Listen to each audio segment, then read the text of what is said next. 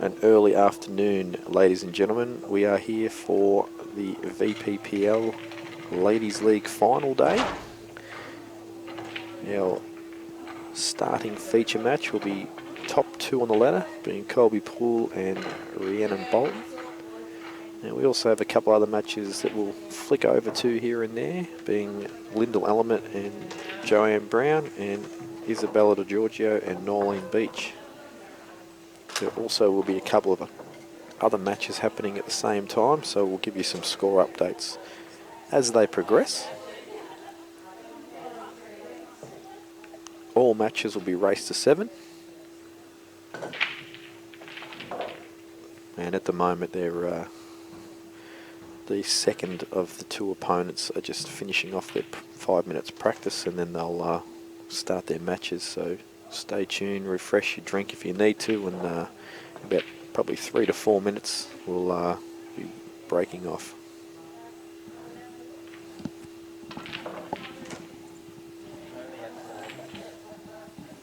How do I turn myself down in my ears? The left one? One of those, yeah.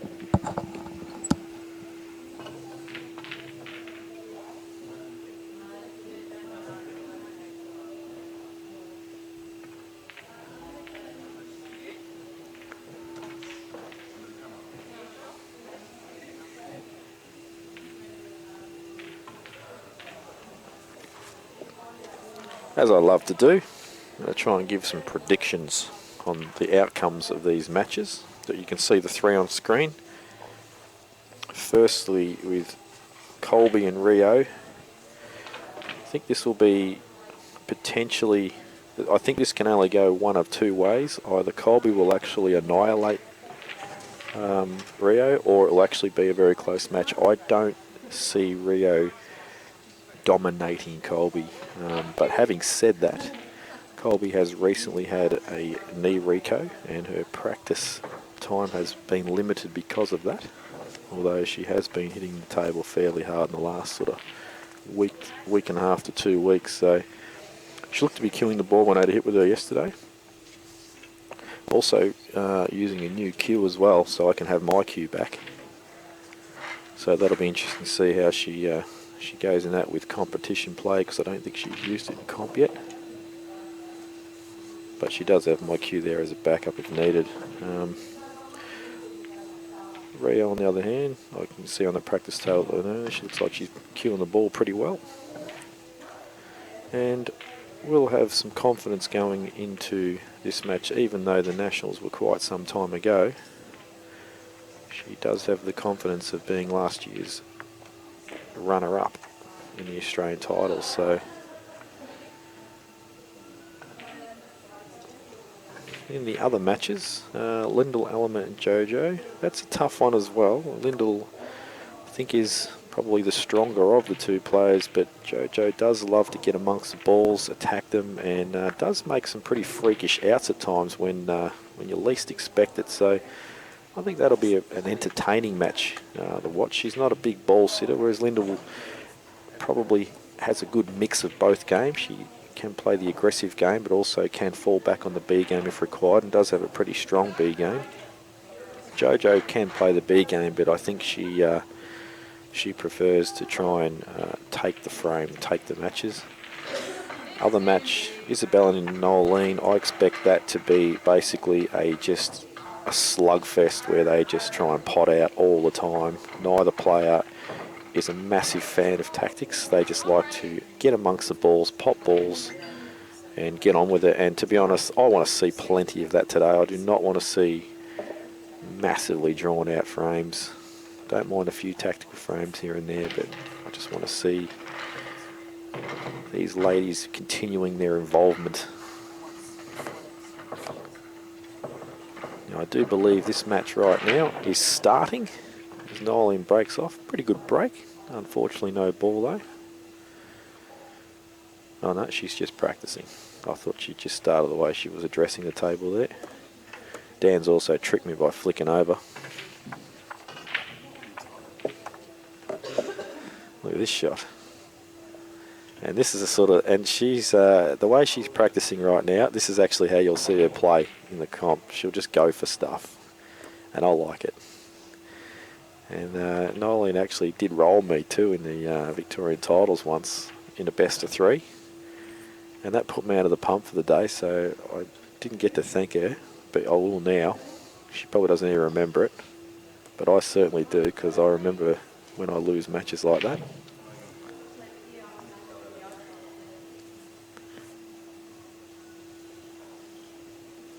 And other matches in play, or that will be in play, will be Tanya Armet against Carol Hilton. And I think Rachel Nikovic is playing... Oh, I'm not sure who Rachel's playing. Yes, I do. She's playing Michelle Brown.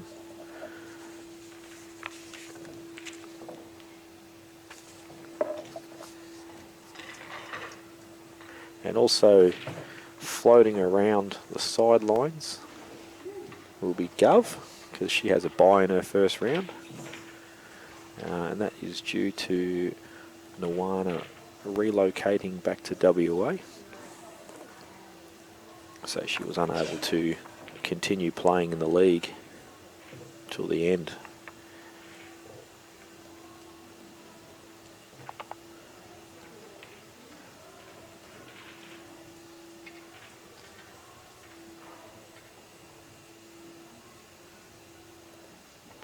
Throughout the day as well, I'll have a few different people in the commentary with me, so you don't have to just get bored by listening to my voice. I know certainly we'll have Temujin Dixon here, who's from England by descent, and I think some of the girls will drop in the commentary box as well if they've got a bye, or they for some reason finish a match earlier and there's a bit of spare time and they feel like getting in here for a bit of a yak.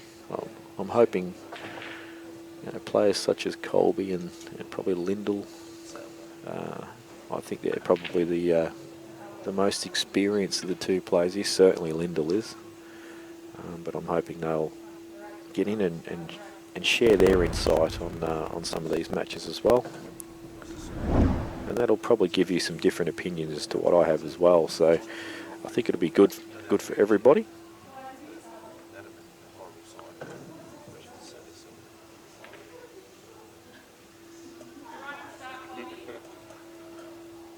And we are ready to start, but for some reason Colby doesn't want anyone to.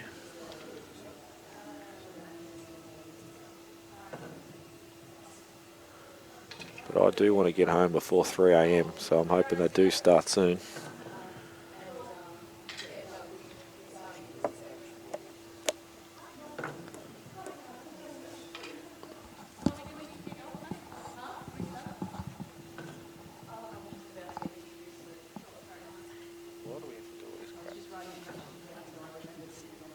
Yeah, I know.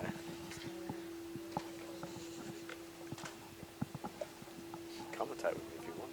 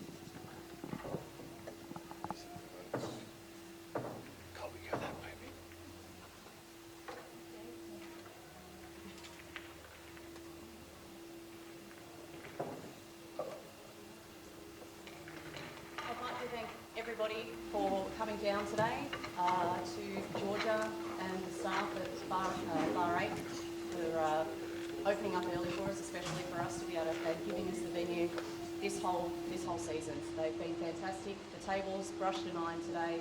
They're all the couple that I've had a hit on have been running nicely. It was down here last night. To Cue Ball TV and Dan Lynch, thank you very much for coming down here. You always do such a fantastic job for Australian 8-ball and getting our sport out there. And yeah, so we really do appreciate it. And sometimes, as I've said before, I think you might be a little underappreciated at times. So thank you.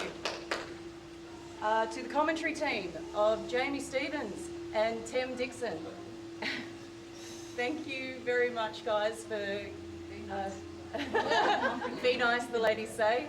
Thank you very much for giving your time. I know that you guys will be kind to us, and this is supposed to be a learning process for us as well. So anybody that has an opportunity to watch their matches afterwards, listen to the commentary, and because there might be some suggestions of other things that we could have done. So it's keep an open mind, and I think it's going to be really beneficial. To the spectators, family members, and friends, hi Daddy. Thank you very much for coming down and supporting us this whole season. And of course to the players. This league would not have gotten off the ground without you guys. And every new league has a few bumps, and we weren't without our bumps, but we came through. Thank you to the players that came in mid-season to help out as well. And I have many plans and ideas and a vision for this league for future seasons. So I hope that you guys are interested in coming back on board. And thank you again. You've made it a great season. I've really enjoyed it. Now, for pretty sure all the ladies will be familiar with what the format is now. But for those that might be watching at home, the format will be top four. Which will be first versus second, having a double chance for the final. The loser of first and second will play the winner of third and fourth. For the next 8 players, they will be a seeded straight knockout. All matches are raced to 7, so there will be 3 sessions of play. For the first round, we're only able to stream 3 tables, but the other 2 tables will be recorded. Come the second round, all matches will be streamed, and commentary will be able to switch from camera to camera to be able to commentate some on each of the matches. The matches are, and the tables, on table 9, Carol Hilton versus Tanya Ahmet. Table 11, sorry, I think I wrote that wrong. No, I didn't, no. Rachel Nikovic, sorry. Versus Michelle Brown. Table 12, Isabella DiGiorgio versus Nolene Beach. Table 13, Colby Poole versus Rio Bolton. And table 14, Lyndall Element versus Joanne Brown. So good luck everyone, play well, and thank you again. Thank you, Colby. Oh, and also one last thing, Gov will be our roaming umpire for the first round. So if anybody has a dicky shot they'd like Gov to watch, or total, or Ask someone else. Ask someone else. someone else. She'll go and find someone to do it. So what you'll do is you'll go get Tanya in the middle of her match. Yeah. All right, ladies, lag for the break as per usual. Good luck, guys. Good luck, guys.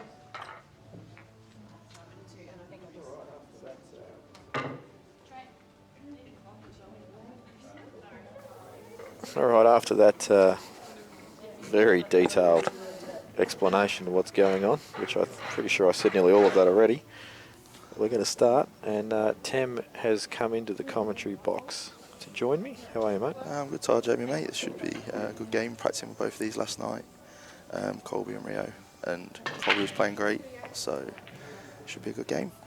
Yeah, I mentioned earlier she had a knee reco, so she hasn't been able to play as much as she wanted to, but she has hit the table pretty hard the last week and a half. So she got a new cue as well, because I wouldn't let it. I'm sick of her using my cue, so I want it back. So that'll be interesting to see. She may switch to it if she's not comfortable, but I expect this to be a fairly aggressive match. Yeah, they both seem to be focusing on the break yesterday. I know they both seem to mention it a fair bit, and she seemed to be really utilising that yesterday. But there were plenty of masters, which was not good for me when it stays on, but there we go. Be interesting to see I'm not sure if she practiced on this particular table last night, but I know from much experience with this table that a full power break often does not get a good split on this table. I don't know why, but I found the medium pace break works a bit better. Yeah, last night they were playing on the same table as Isabella, and they were potting off every ball. That's actually probably the best table in the room, that one. So anyway, we're going to focus on this match and just flick between the other matches as we see interesting things happen. Looks like Colby's on the leg. That is amazing, giving her a touch of pace.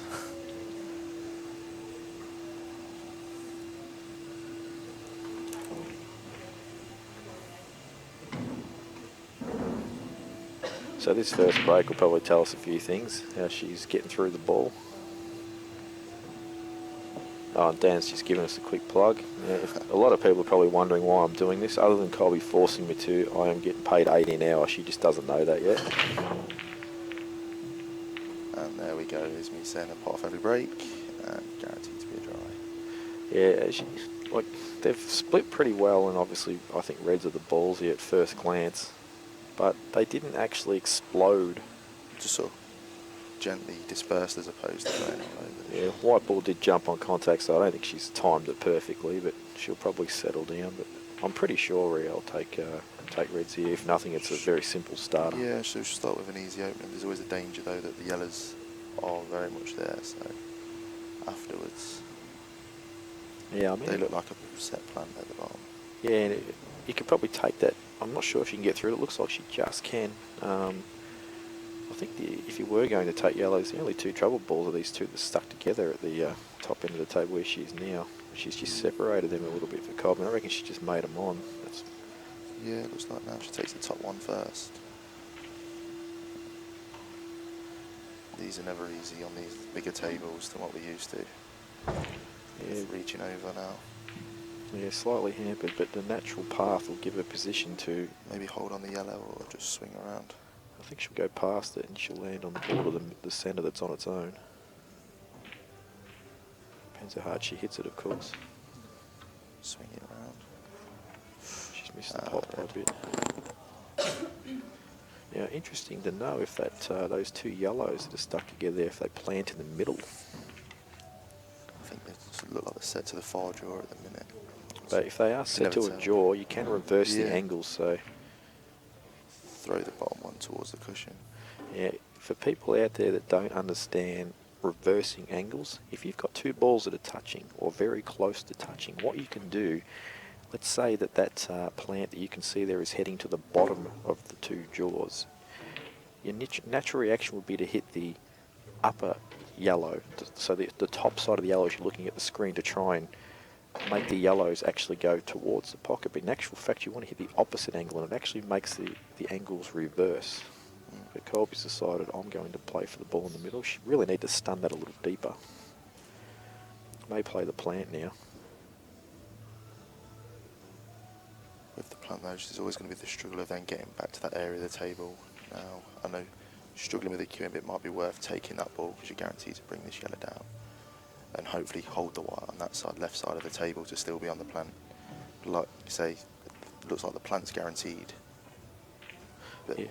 Just looking at the rest of the balls, it's going to be a struggle then getting back to that sort of area of the table. Yeah, especially she's got nothing really to link to it, so she's taking this outside ball first. She may even play this as a shot to nothing, play the plant, but I think she played for a bit of both there. She thought, I'll just get this over the middle, but I'll focus more on the plant. She's just missed it. Has left the ball to the centre as well. That's the problem with them shots. Obviously, it was a good idea in terms of a shot to nothing, but if you're not fully committing to one shot in that instance, it can end up, when you're practicing, you're probably both flying, you pot the plant and the ball in the middle and land on the bottom one. And then, first frame. It's a good opening, confident pot there from Rhea after her first visit, and she has a good chance here to take this frame. It's a little tricky at the moment, but once you actually clear one of these two yellow, basically the top red of the middle of the three in the table, once you clear that, everything will become available. Again, I'm not too sure if there's another plant again though. if how she was looking then, if she was just going to stun this in the middle. Oh no. Oh, she's let that fly a bit. In fact, I'm not actually sure what position she's played for there either, but she's let Colby right in. Bit of a nervous shot, that one. Probably just trying to get the arm going. Yeah, first thing in the morning. Both of them last night were hardly missing anything. It's actually good to watch. I'm not sure, record-wise, I reckon Colby's probably got it on Rhea a little bit. Not sure if it's really a factor thing or not, but Oh, they're both giving each other plenty of stick yesterday for today's game. yeah, they're very good friends off the Yeah. table.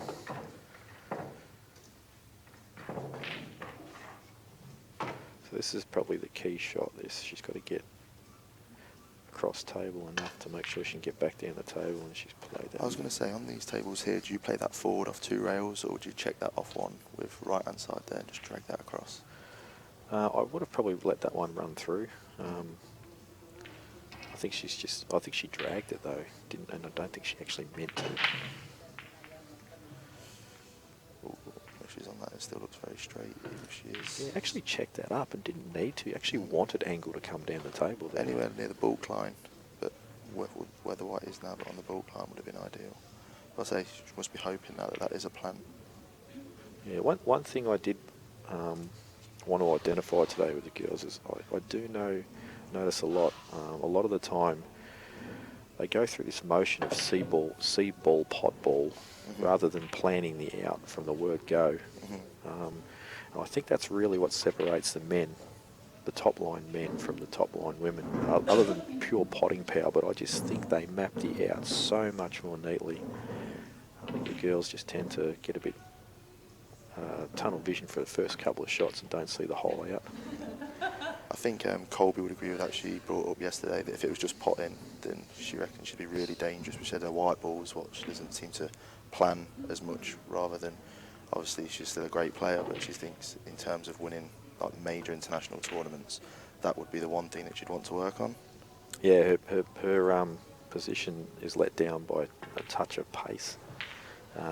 She's very wristy with her queuing action, but she does plan the out well though. But whether she executes the shots correctly a lot of the time is a problem. And this has actually turned out to be a pretty scrappy frame. Yeah, she needed another foot of pace on that screw back.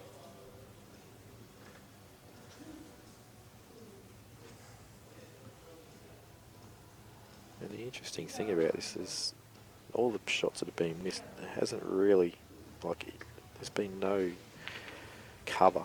If the shot was missed, there's been no shot to nothing. It's just they're going for the outs, but just they both keep missing. But I'm sure the standard will improve as this match continues.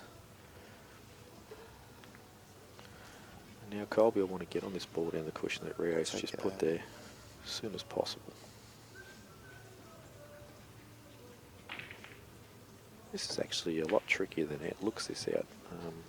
There's a bit of movement required with the white ball in a couple of shots, just to get neat position. This ball that's on the left-hand side of the table, sort of in the centre of the table. It's a tricky one there. Yeah, there's just no real easy transition to it. It doesn't really link to anything that easily.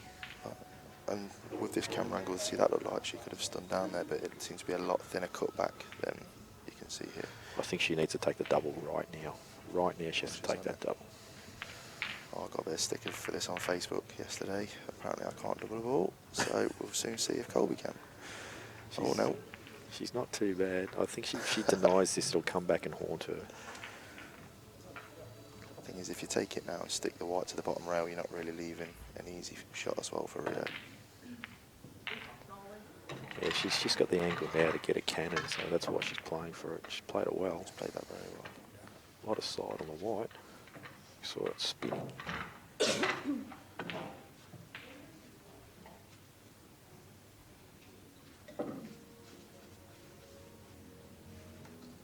Anything but straight on the next ball now down the rail will be fine. Yeah, holding this, a lot of people try and hold this too much and they land really short.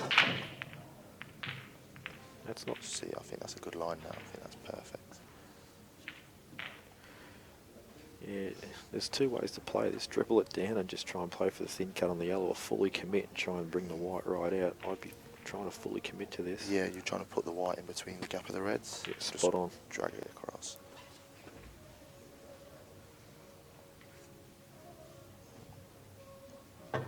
This is a tester, this one.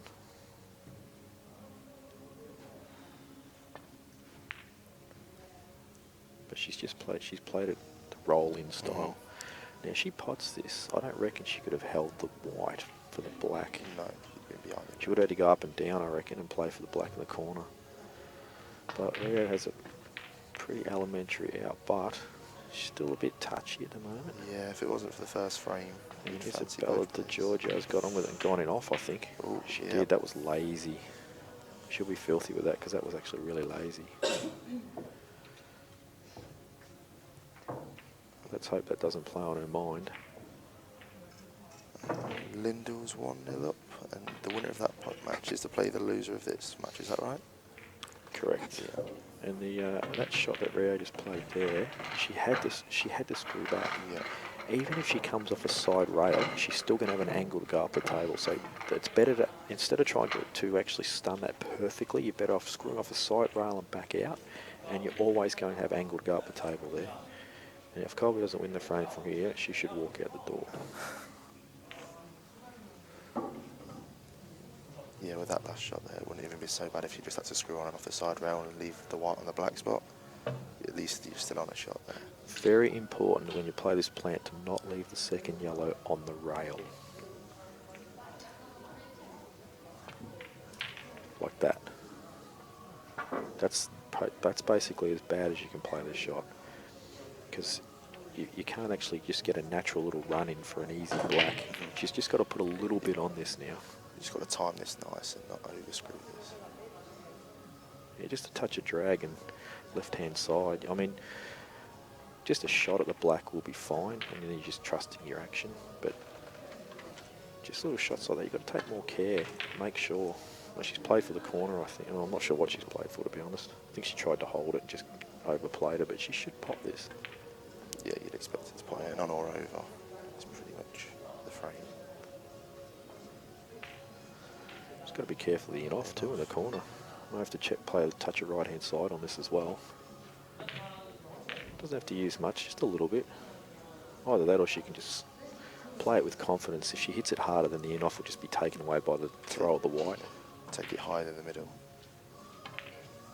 That's right, she's Played it well. Check side. 1-0 Colby. So scratchy frame.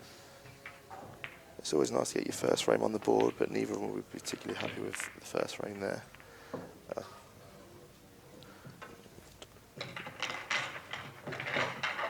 As we flick over and see another nervy sort of shot, although always missable the long ball with slight angle.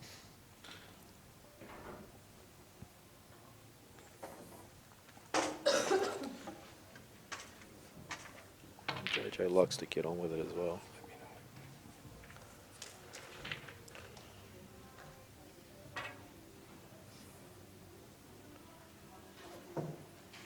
Bit of a tricky one this, because I don't think that yellow passes the red direct.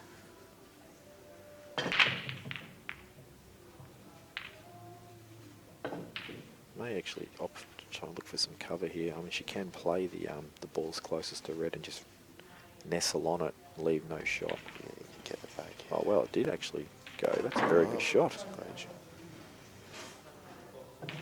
I really like Lyndall's queuing action when she's going. She's got a really good compact action when she's going. She's played a fair bit of snooker a little while ago. I don't know if she's still playing much, but that's a very good shot. Good angle to get back up the table.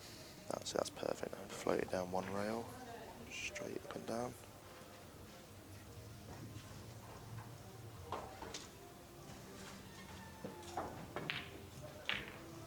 Oh, doesn't want to be on the rail. And straight-ish. Restricting positional options when you land on the rail. I would love to have been off the rail, even just a little bit, just to stun back down the table. I think she's got a little bit of angle. Camera angle can be a little bit deceiving sometimes, but she might be able to play this off the side rail and back out, sort of land nearish the middle pocket. Oh, she's played that very well. Off the cushion like that. It's about as good as she could have done, really. Yeah, she was a bit straighter than I expected, but she's got back across and given herself a very good chance. These are tough shots, these, especially early in matches. Got to cue them well.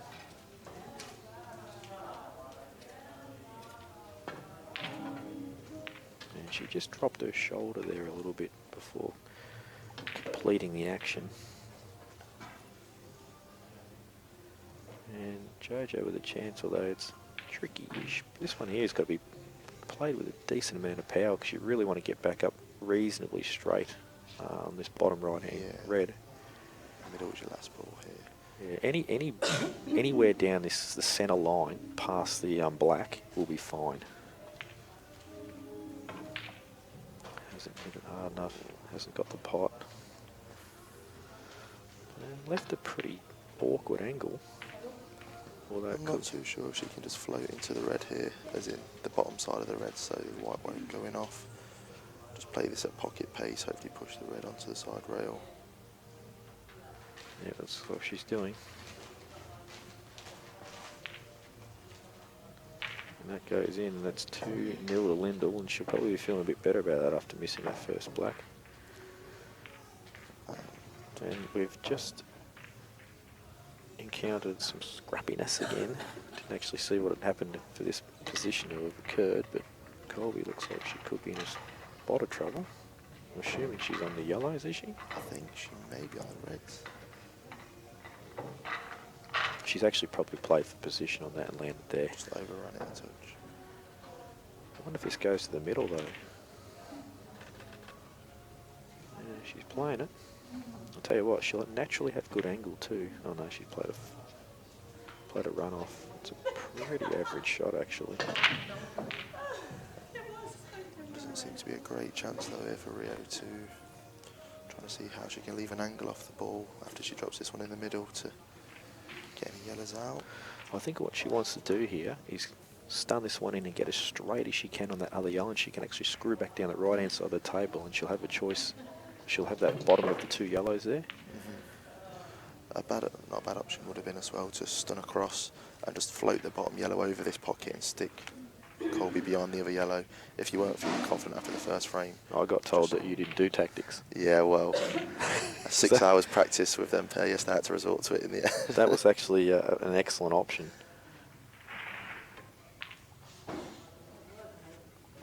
And it's also good to see someone else using the word float. Butters, I hope you're out there hearing that. I've copped a bit of stick for using the word float in recent times.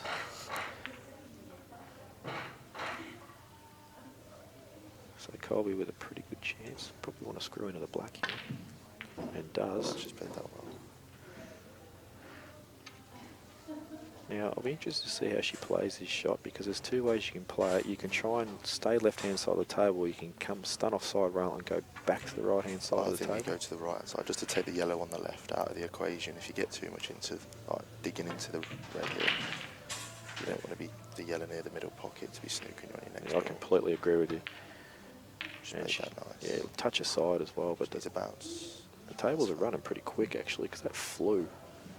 Actually, I do remember the men's played their finals match in here, and that area of the table the white ball's in right now, there's sort of like a semicircle around the centre pocket. They reckon for some reason that area of the table absolutely flew. It was like 10 times quicker than the rest of the table. It was like ice. They couldn't control the area. It's quite strange. Which table did Butters and Robbo play their final on? Yeah, Which I the watched one the that other day? we're watching right now. Right now. Exact same table. And if you haven't watched that match, go back and watch Butters out at 9-8 down. Yeah, I watched it. I think I pretty much, after he played his very first shot, just said he's just lost the frame. I think you And actually then he went said out. you'd chew the balls if he got... I think I did. I needed some tomato sauce. It was ridiculous. But then he tried to play another out afterwards, and I said, there's no chance in hell. Thankfully, for once, he didn't prove me wrong. No, yeah, he said if you're Robbo all day long, just keep letting him go for that sort of finish. It was a great finish for 9-all, but to consistently get them, you're asking a lot. Yeah, and that's just Butters' style. I think you've got to be ducking it. Yeah, On and off the rail, tight behind the other yellow. yeah. The tighter you get this, the better. But the most important thing is to cut off the right-hand side of the table here. You also, oh, she's taken the pot on. She's going to try and play it as a shot to nothing, using the black as a snook ball. I don't mind this option. That's a good shot. And as you can see there, she did miss that ball. Colby would have had to go cross table. But now she's given herself a chance to clear. In fact, that's probably the right shot because there was little danger involved in it.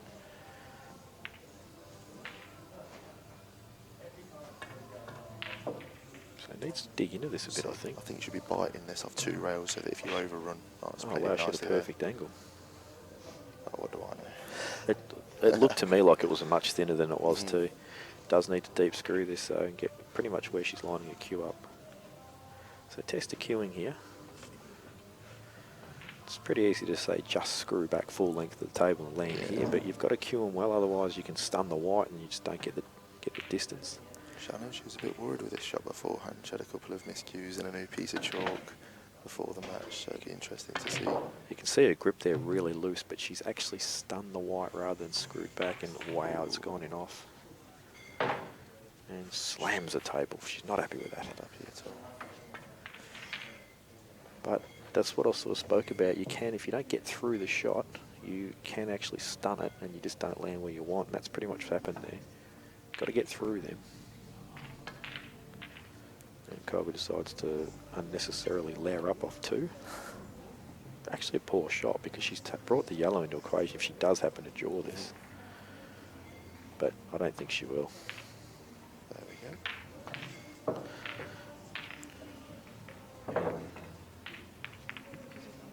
I've heard a lot about Isabella. I've obviously never seen her play, but apparently she's tearing things up for one so young. How old is she? She's a future champion at the age of 13. She's got all the shots. The only thing she needs to mature in is probably her B game, her tactical side, but she's got plenty of time for that. Very aggressive player then. Extremely, and pretty much follows in the footsteps of her older brother Gus, who has in the last 12 months come in leaps and bounds, although I think you'll see Gus just slide down a little bit because he's basically made a commitment to work. Yeah. And there's nothing wrong with that. But Gus is still putting in the time, I hear. He's at work right now and he wants score updates. Can't watch this match.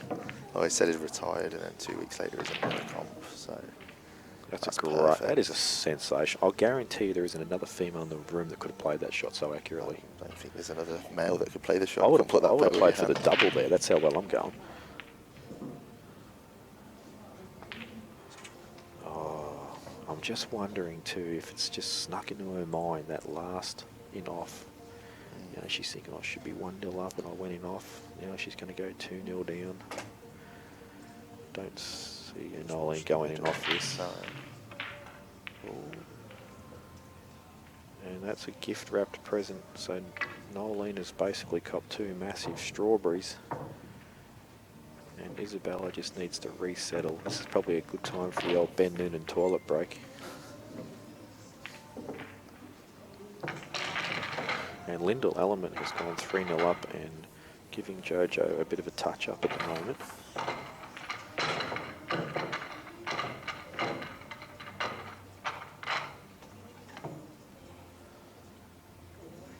Not sure how much practice Jojo puts in the game, but I think she just doesn't have the potting consistency, really. If she had a bit more consistency, she'd actually be really dangerous because she does get amongst them and loves to pop balls. Whereas Lyndall's, like I said, she probably takes more advantage of some of the critical mistakes in the frames. Whenever I've seen her play, she always looks like very consistent in the balls. I've only seen her on the streams a couple of times. She seems very solid, and are there any glaring mistakes of missing balls by a foot or? Yeah, and I actually think Lyndall's nowhere near her best at the moment. I don't even reckon she's close to her best. She was, when she was in WA and playing all the time, I thought she was one of the best in the country. I don't even reckon she's close to that at the moment. That's not taking anything away from her. That's actually crediting her. But yeah, I think she used to play a hell of a lot better than what she does at the moment. And Colby's played not too bad a shot, but overplayed it.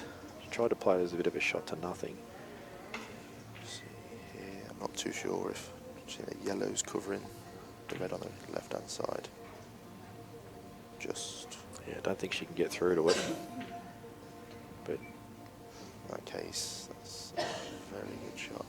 Not too sure even if I'd be tempted just to put a little bit of a swerve on it, because you're naturally going to track down beyond 3 yellows if any sort of hit I actually think that's not a bad shot because it's coming off a side cushion here.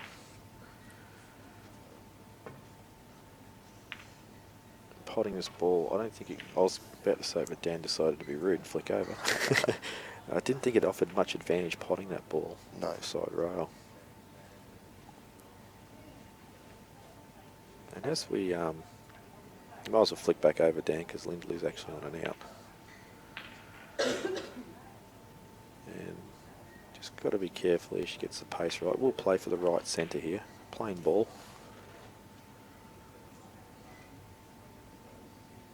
No need for anything fancy. Just get the pace right. Just float it in. This is one way you'd sooner underhit it than overhit it here. Just guaranteed a shot. Looks like she's hitting it with bottom. I don't know why she's done that. It was just a natural plain ball rolling. I think if Lyndall goes back and looks at that shot and then lines the balls up again, just plays a plain ball, I reckon she'll find that she just lands right behind that black. The only thing that could go wrong by stunning that is by taking the white ball further across the left-hand side of the table. And if you are going to stun it, you'd almost be tempted, well, I'd have been tempted to actually go to the side rail and screw back out with check as opposed to, I think that was a bit of a strange shot selection. But with here, do you just float this, well, there's that word again, float, I'll try not to use. How we love float. Just flick off the left side here, leave the white anywhere near the middle pocket, play the snooker, the red doesn't go past the yellow into the bottom bag. Well, so I think you play the pot. does it go in the top, centre. does it? No, you play it to the centre, but you play it as a shot to nothing. And if you get the pot, then you're on and out. It's not a hard out. You've just a little bit of white ball control because this ball that's to the right of the black, it's very accessible to the middle pocket, and you've got a ball over the corner pocket to get on it quite neatly. It's not that difficult in the out, and your opening shot is your toughest one. You can play it as a shot to nothing. Hang on, has Lyndall got another shot? Lyndall's got two. Oh, I didn't realise that. Well, the fact that she had two made that even more criminal. But now, JoJo will, you would think, most certainly bump out the middle of the three yellows and get a snooker. Okay, right there, I made a comment about this in the men's, about a snooker that I think somebody played, I can't remember who it was, and I said the girls would have just tapped that, whereas the guy brings it into play. That's a perfect example there. You need to double that into play. You don't have to smash it, just get it sort of, you know, a foot past the other yellows. Yeah. White ball. The only saving thing there is if she does get the two, I'm sure that will plant off the other one, but in most of her aspects, it'll be a wasted shot there because that plant's by no means easy if that yellow isn't there. And you're basically not utilising the whole point of getting your two shots. Yeah, you've got to. Sometimes you've just got to look at the best position. Plus, if you actually bring the yellow out, you chance to cut the cross table shot out too. It's a good shot from Lyndall. It's a sensational escape. Now JoJo again has another chance to go out, but will she play the snooker again? If she's not feeling amazing, she's 3-0 down under the pump.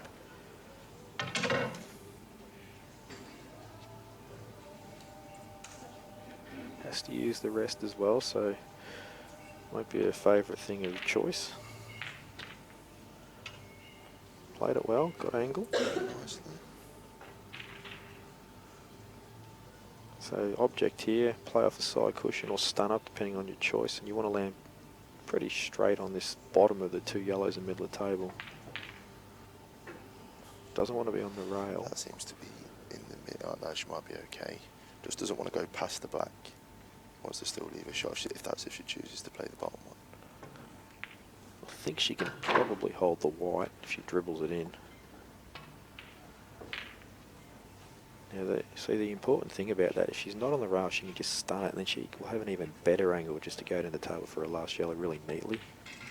Just don't go past. Oh, she's just flicked it. Good angle now. So this is a choice. You can either play to land fairly straight, or you can play the yellow off two. I screw back a foot there just to leave an angle to go two rails, so you're in line with the shot of the black. It's just a natural run in then, isn't it? This you actually need to cue and You've got cue it time perfect. as well now. This is similar to Rio's shot where she had to screw back. Seems easier when you're on a straight ball, but it's all about timing and see there. I don't even know how she got that stun run through like that. That's sick. But Big black coming up in the context of a match for JoJo, because this is for 3-1 rather than 4-0, and that's a very great good pot. pot. And that's how she normally plays. She just gets down and knocks them in. We even played a semi-shot to nothing. And we'll flick back over to Colby and Rio because we're checking for a total. Well, if that. Yeah, before you even move it. So I take the question whether they're going to hit the cushion first or. Tell you what, even if it is, I would actually just play that with a touch of left-hand side and just try and sneak past the yellow on the left. Now, what's Bella on here? She's on yellow, she's actually 2-0 down, 2 down. But she's on another good opportunity. A lot of people would be tempted to play the plan here to try and get neater on this yellow, but There's no rush here, even if you just bump the top one up over the pocket. yeah, those two reds near the yellows are completely dead. She wants to try and get out though. Yeah, see, she's actually played the white there rather than the pot. She's looked at where she wanted the white to continue the out and forgot to pot the ball, but it's accessible. I don't think too much damage has been done there unless Noeline freaks this out. I'd be happy if I was in that position now. Still massive fade. Could go for the Peter Butterworth though and just go off chops and just find a result. Could smash this plant off the yellow, fluke it in the middle. Middle, yeah. Hit the red full ball, send that one across to the left corner. Okay. That out though by Butters. The first long pot and then the double, to then nail them, and then there was a tricky black as well. You're thinking at that point, like normally you'd fancy the black, but after getting what you've done, you think, oh, I've done all the hard work, and then you go and chop an easy black tends to be, well, say easy, a black that you'd fancy, shall we say. Just had a result there. That is a massive result. That's huge. Crazy result. And especially after the 2 frames that she'll felt like she's gave away here, she'll be, well, I'd have been spitting right now. yeah, this is actually quite tricky.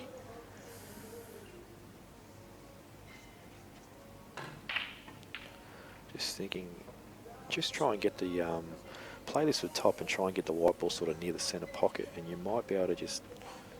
Yeah, if you can get enough of the left-hand side of the yellow doing so without risking hitting the red first, then it's not too bad. Just hard, again, with this camera angle, it's hard to tell exactly how much you can squeeze past if the white is there. Obviously, the further up the table she gets, the better. Yeah, and I'd actually be having a dip at getting right up there here. I mean, if she doesn't Towards get the balk line, and you're fine. It's just all about the pace. Look at this. Oh, she's gone in off. Oh, that's good, that's fine. It's hugged in a touch on her, which has helped her. But you can see the excellent cue power there of Isabella Di Giorgio. It does have probably one of the best cueing actions in the women's game in Victoria, I reckon, at the age of 13. I'd actually be playing this yellow off the red towards the left side of the table. I don't think you've got any danger of planting. She's going corner though. Oh, that's a very clever shot. Oh, she's just gone past. It looked like it's going to hold up perfect. Yeah, I thought it was perfect, and now I meet my words.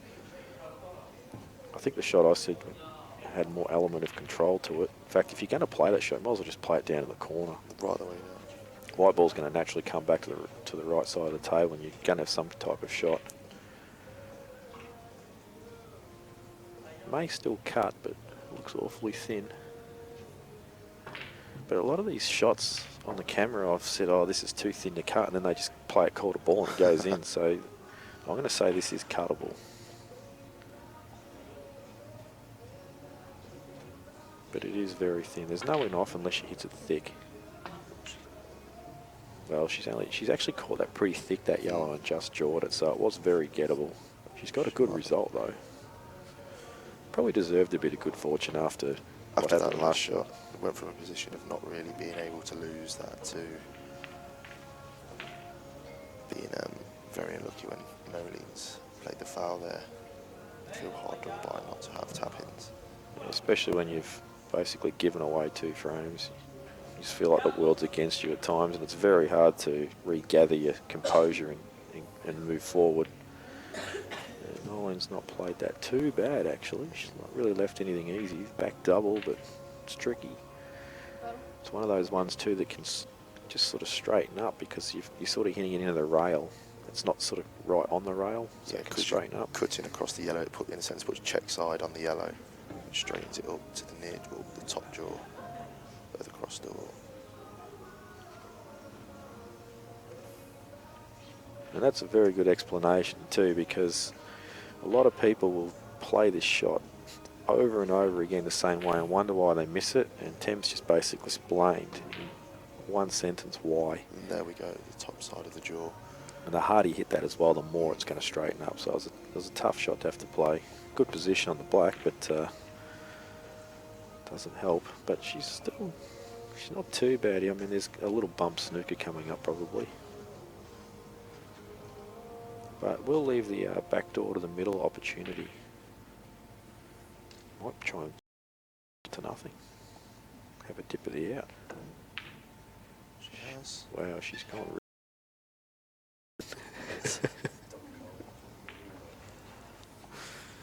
Oh, it's Donny Colbert ringing her. How dare Donny interrupt our stream. The president of Pool Victoria has got some pull. So thin cut here for Bella.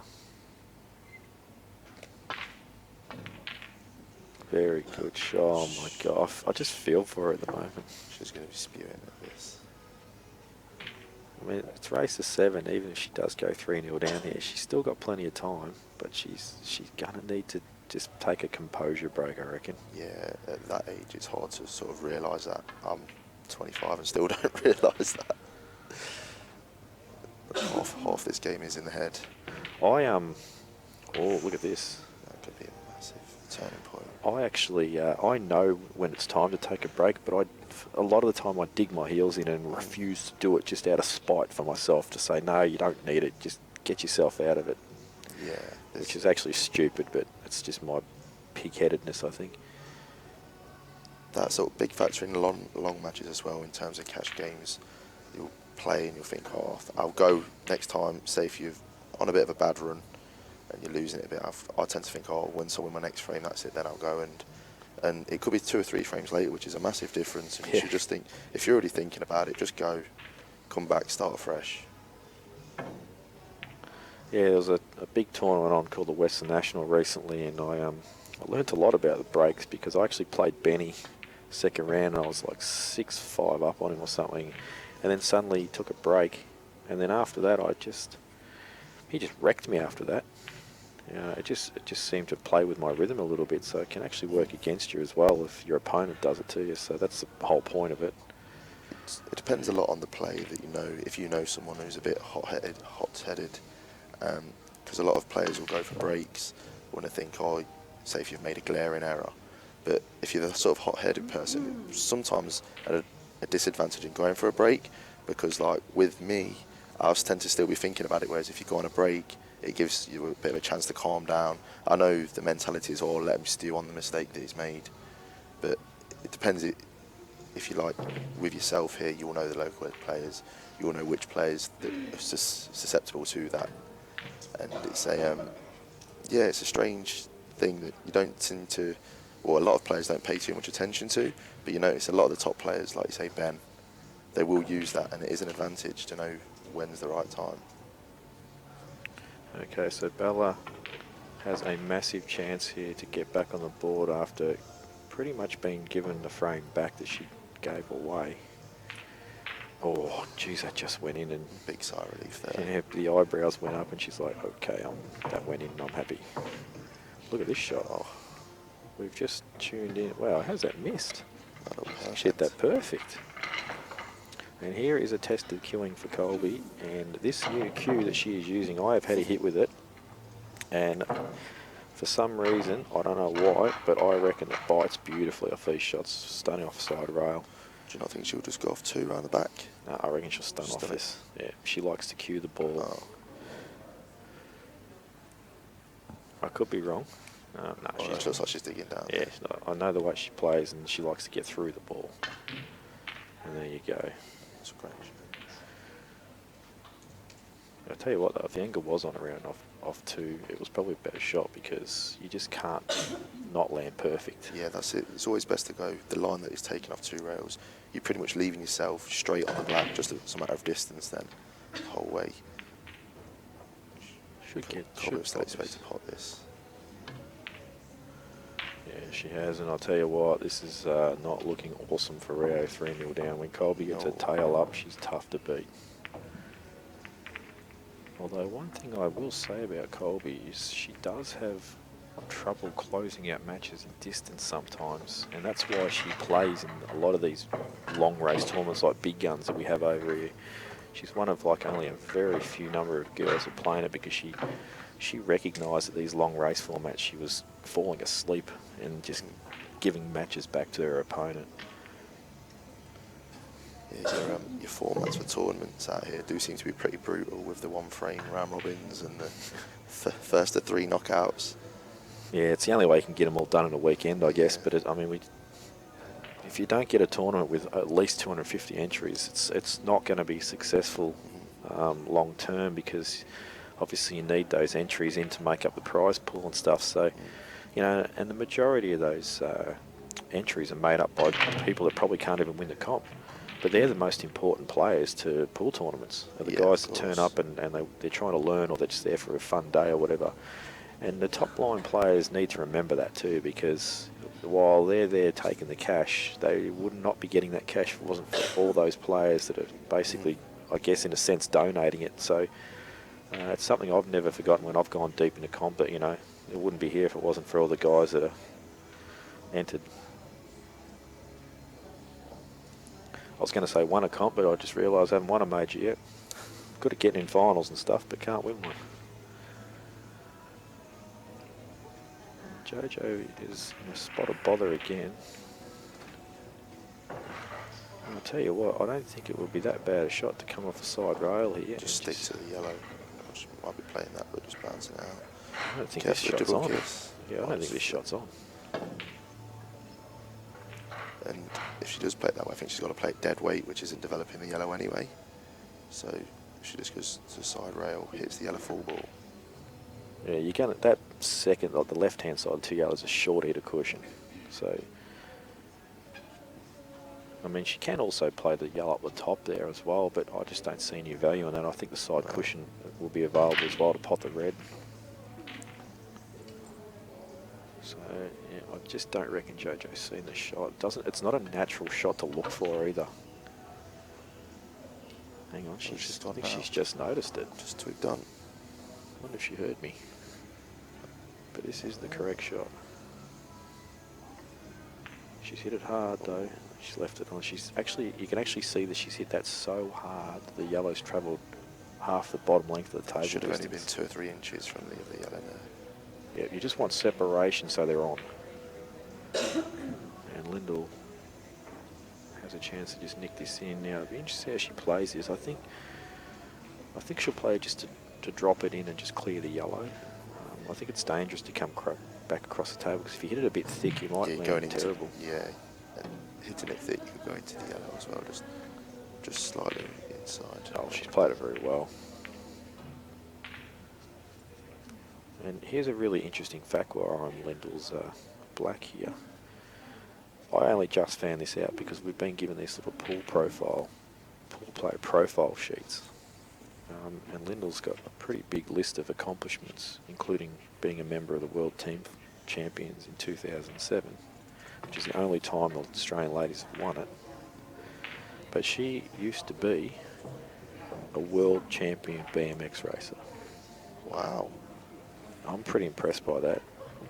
Not just once, but she won under 8, under 12, under 17 world titles, and then when she decided that she'd had enough of that, she was actually the current WA, Australian and world BMX racing champion. That's pretty sick. That's ridiculous.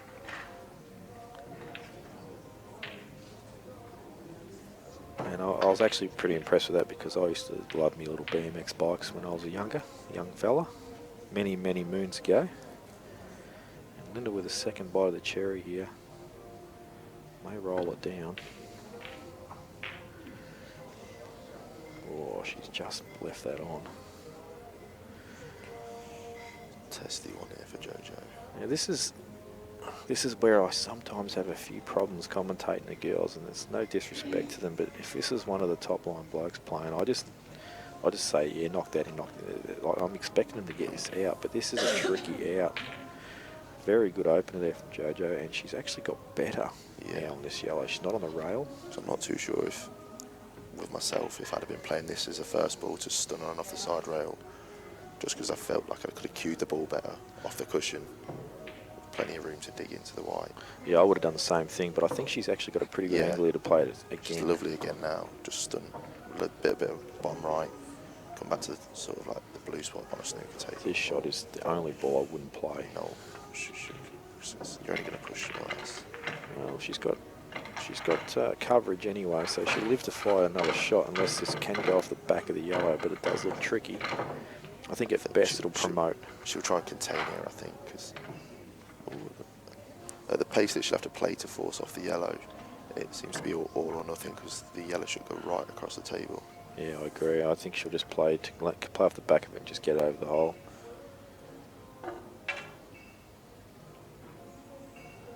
Yeah, Isabella is just... they've either taken a break or they've played another frame, and we've just missed it down the bottom left of your screen. Did not win. And she's gone in off the break as well. She's having a nightmare out there, Isabella. And there's a yellow over the hole, and there's an easy yellow opener. It's just not happening for her.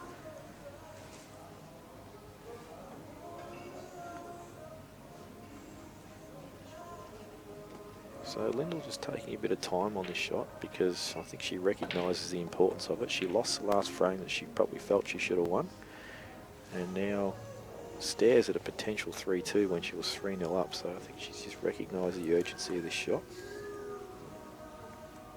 and with her experience, takes her time.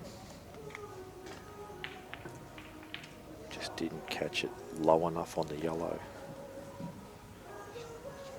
Now, can JoJo hold her nerve and just drop this yellow in that she's right behind? You don't want to punch it in, just want to drop it in.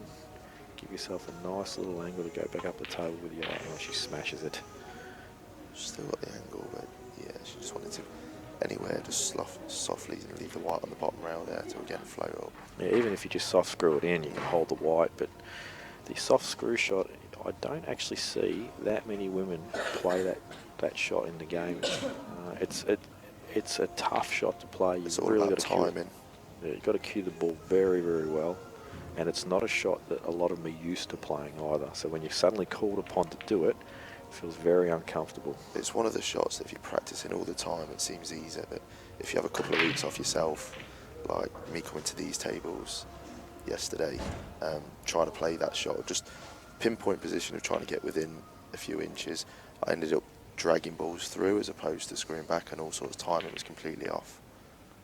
And when you're practicing all the time, which I appreciate most people don't get to, it can be a lot harder, and people feel more confident punching balls in, but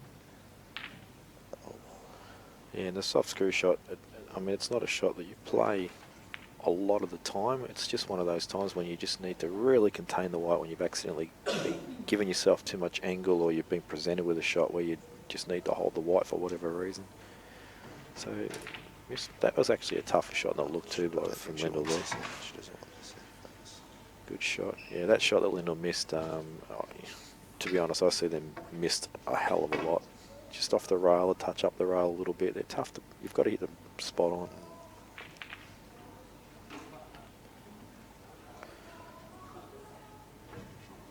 So it'll be interesting to see what Lyndall does here. I mean, she doesn't have a lot on. I mean, the only thing I can really see is 3 cushions bottom right corner, and I think the angle she's got there, the middle pocket, might come into play. Like, she'd have to hit it sort of hardish to get it past the centre, and then it'd straighten up off the other 2 rails. I don't think that's on.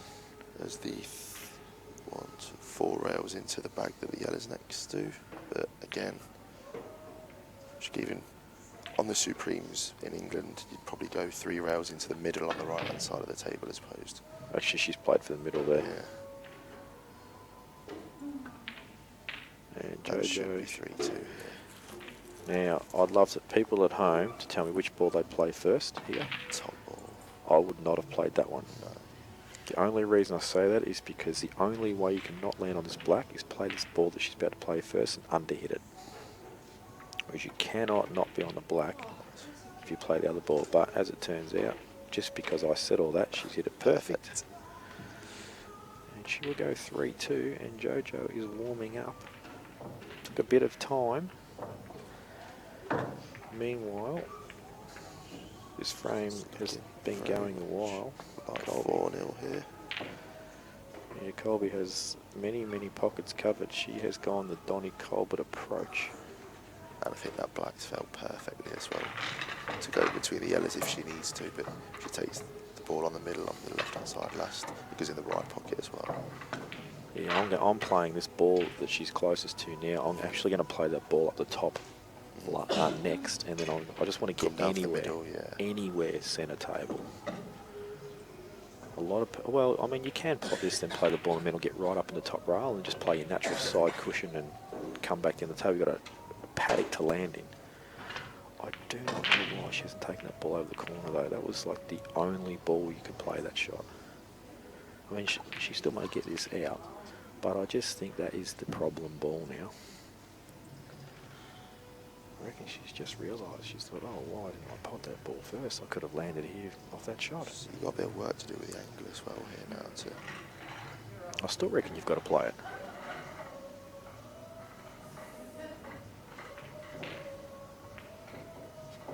It's amazing how you've got 4 balls over a hole and just one wrong choice of shot can make the out hard.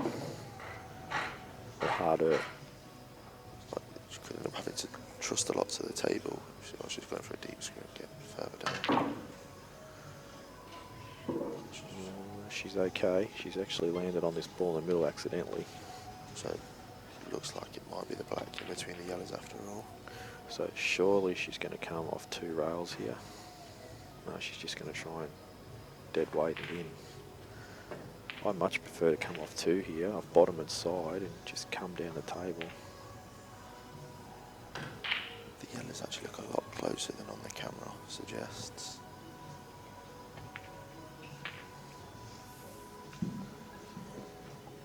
So how's she getting on this black? So I'm not too sure if she plays it off one yellow, it goes off the other into the corner, but Oh, she's gone round. Nice. It's not a good shot, actually. She's tried to go right around the back of that. She pots this, she's flying.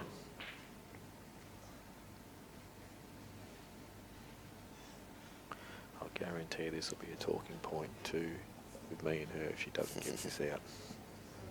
Will be anyway, because I'm going to tell her how wrong she played this out. Although she'll go back and watch this and say she'll know anyway.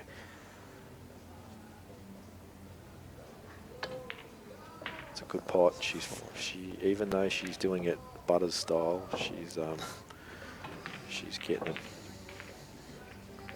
But yeah, she's my girl, so I can bag the crap out of her. Colby, that was a horrible, that was horribly played.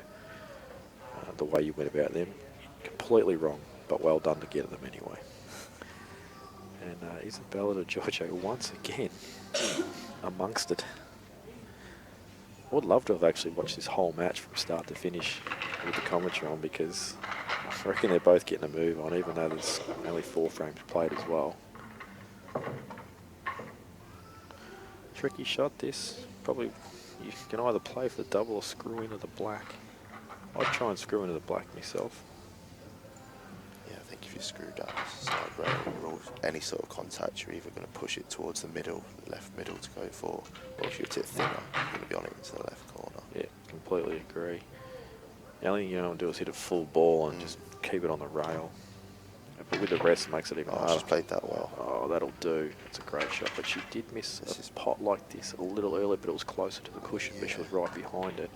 I believe that she needs to not smash, but just punch this in. Punch this right across the white on and off the side rail. Yeah, just punch it in, pretend she's playing position for the ball in the black spot.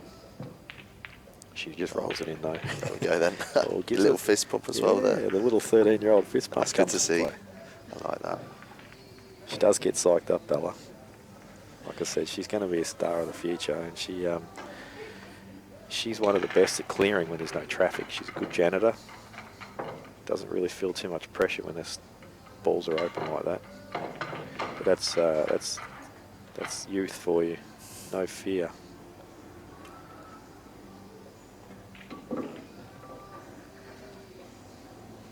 That was something I picked up 2 shots again. Felt that she had to pot that then if she had 2. The only benefit of that is at least you can play the big bag now on the tough red. That is, if she can manage to force this down, if it's tight, she can. Tricky one down the rail. Yeah, the problem with this is if she plays this ball, Is then getting onto the bottom one. It might even be worth. I can't tell how thin it is or if it's off the bottom cushion. To actually play that and send the white up and down. yeah, I think you have to be honest. You'd have to be stiff to snook yourself behind that yellow in the middle of the table if you went up and down. But I think I think that you can sort of see by the shadow it is off the rail a little bit. I don't think it's touching. You're giving yourself a chance then, because if you're landing low on the red as well, if you do manage to hold it that much, you can even bump the red off the rail slightly further down. And now that she's playing this ball, I can only assume she's going to back herself to just run right through on this. Just play it with confidence and It's just. so hard on these tables. Yeah, a lot of people think these pockets are huge, and you know what? They actually are. Centre table when you take him into the pocket, open pocket, but down the rails they're actually pretty tricky. She's actually looking for the gap. Now she's said, hang on, what if I run through down here? Now she's got 2 options. Has she set herself on one? Yep, she's hitting it with top. She's queuing right through this. She's getting right down. A lot of people will overcut this. She's cued it She's well. played that so well. Got to play this cushion first now. Just makes the shot a bit tougher, but I believe cushion first. Give perfect position on the black. If you hit it sort of just under medium pace. Yeah, foot and a half up the table.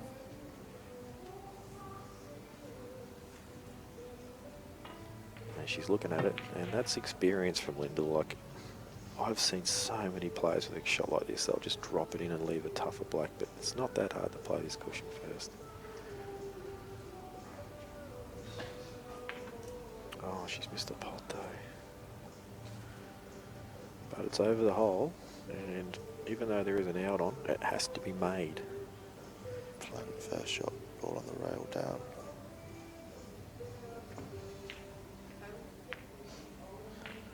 Guaranteed really position unless you overcut this and the yellow bounces on and off the rail. Yeah, guaranteed a shot there. Yeah, and the angle she's got here looks like you've got to do a bit with the white. So I'd probably be stunning this with a touch of right hand side, just come right across the right hand side of the table, unless it's just a natural angle to take it in and stay left hand side. Just played your shot there. She screwed straight back down and landed. Basically could have put it there with her hand. Great shot. Now has she got angle to get through? It looks like she was looking there to top it through off the left hand cushion. Just leave herself high on the middle ball, just come back around for the one next to it. That's perfect. Nice. That is absolutely perfect. You can now play this bottom right ball here. But this is a shot where you really need to stun it a little bit, I reckon. Needs to get into the white here. Oh, look at that. Her angle was actually better than I thought, but you still needed to stun it a little bit because you wanted to be pretty straight on this. Once again, a shot you can sort of stun off 2. Yeah, 2 just to kill the white. She actually held the white pretty well. Even if she had have pot that, she would have been at the table probably another 3 inches and she would have been perfect. But as it stands, she probably just rushed that a little bit, but that's how JoJo actually plays. She just likes to get out and knock them in. Thin cut on this. Check. Ooh, that's okay. Bit far, but it should be okay. When you play a shot like that, though, she'll be worrying about the yellow over the bag, even though it doesn't really look like that's too much of a... Yeah, I think she'll still score off it though. And she just got to wait for her to finish her shot before she can get down on this. So she just takes a quick drink and assesses the angle.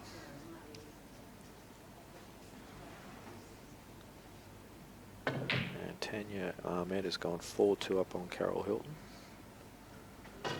Not sure what the score is with Rachel and Michelle. We'll try and find that out. Oh, there we go. Rachel's actually 4-0 up.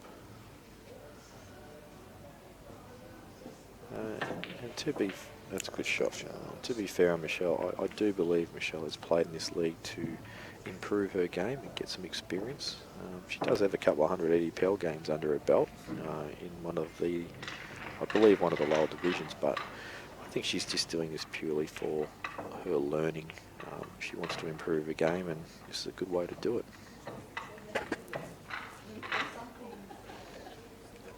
So Colby 4-0 up on the yellows, is she? She's on the reds. She's on the red, so she's obviously just got a visit now.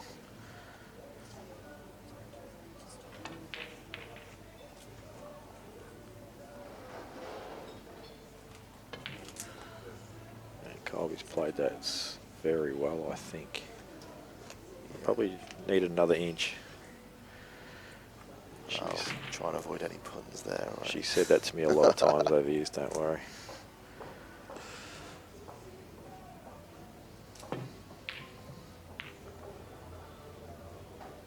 And that was a bit of a rash shot, that. Yes. I think Rio's not herself at the moment. She's a bit out of sorts with this 4-0. She was a bit down.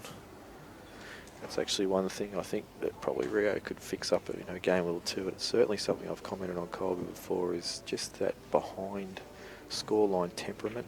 You need to just calm yourself down and just start looking at frame by frame rather than looking at what the actual score is. Hard to do, but it's actually something that is a necessity.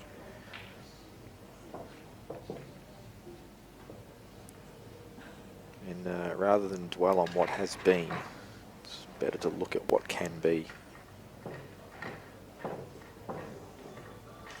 That's it. Like, I'm sure if you said now she's got to beat Colby 7-2, she wouldn't be too optimistic to say the least. But if you go off 3-1, 3-1, little sets of fours in longer races tends to how I look at it. If I can win like a best of 11, say if you're playing first at 21, if you play in little mini sessions, go off, I can win 5-3 here, draw the next one 4-all, and do it on that basis, then although again it's still a big ask from 4-0 down for anyone.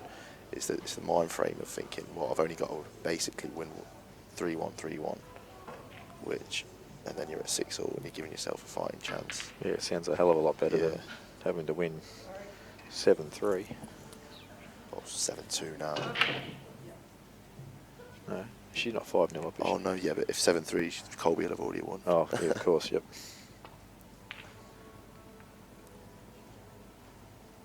So she's actually opened the reds up a little bit here, Colby. And Colby has minor control on the black.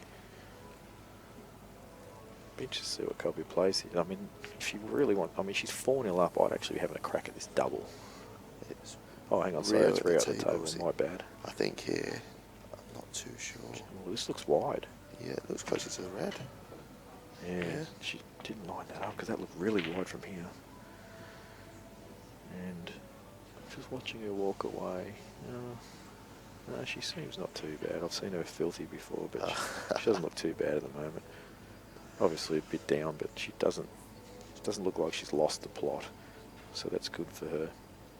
Now Colby's, don't know if this is on. Certainly go over the hole though. It was on. It flew in. Big chance to actually go 5-0 here, because I reckon that other red that's she's going to land on afterwards will go in there as well now. Yeah, if that first one went in, you'd expect. She played for it. Gee, she killed the white nicely there too.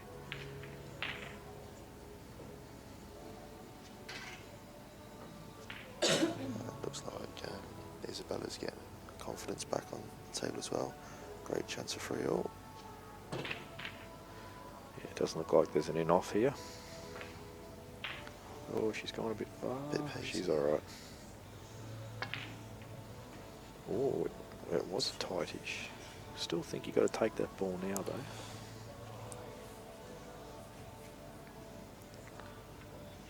Yeah, do it then.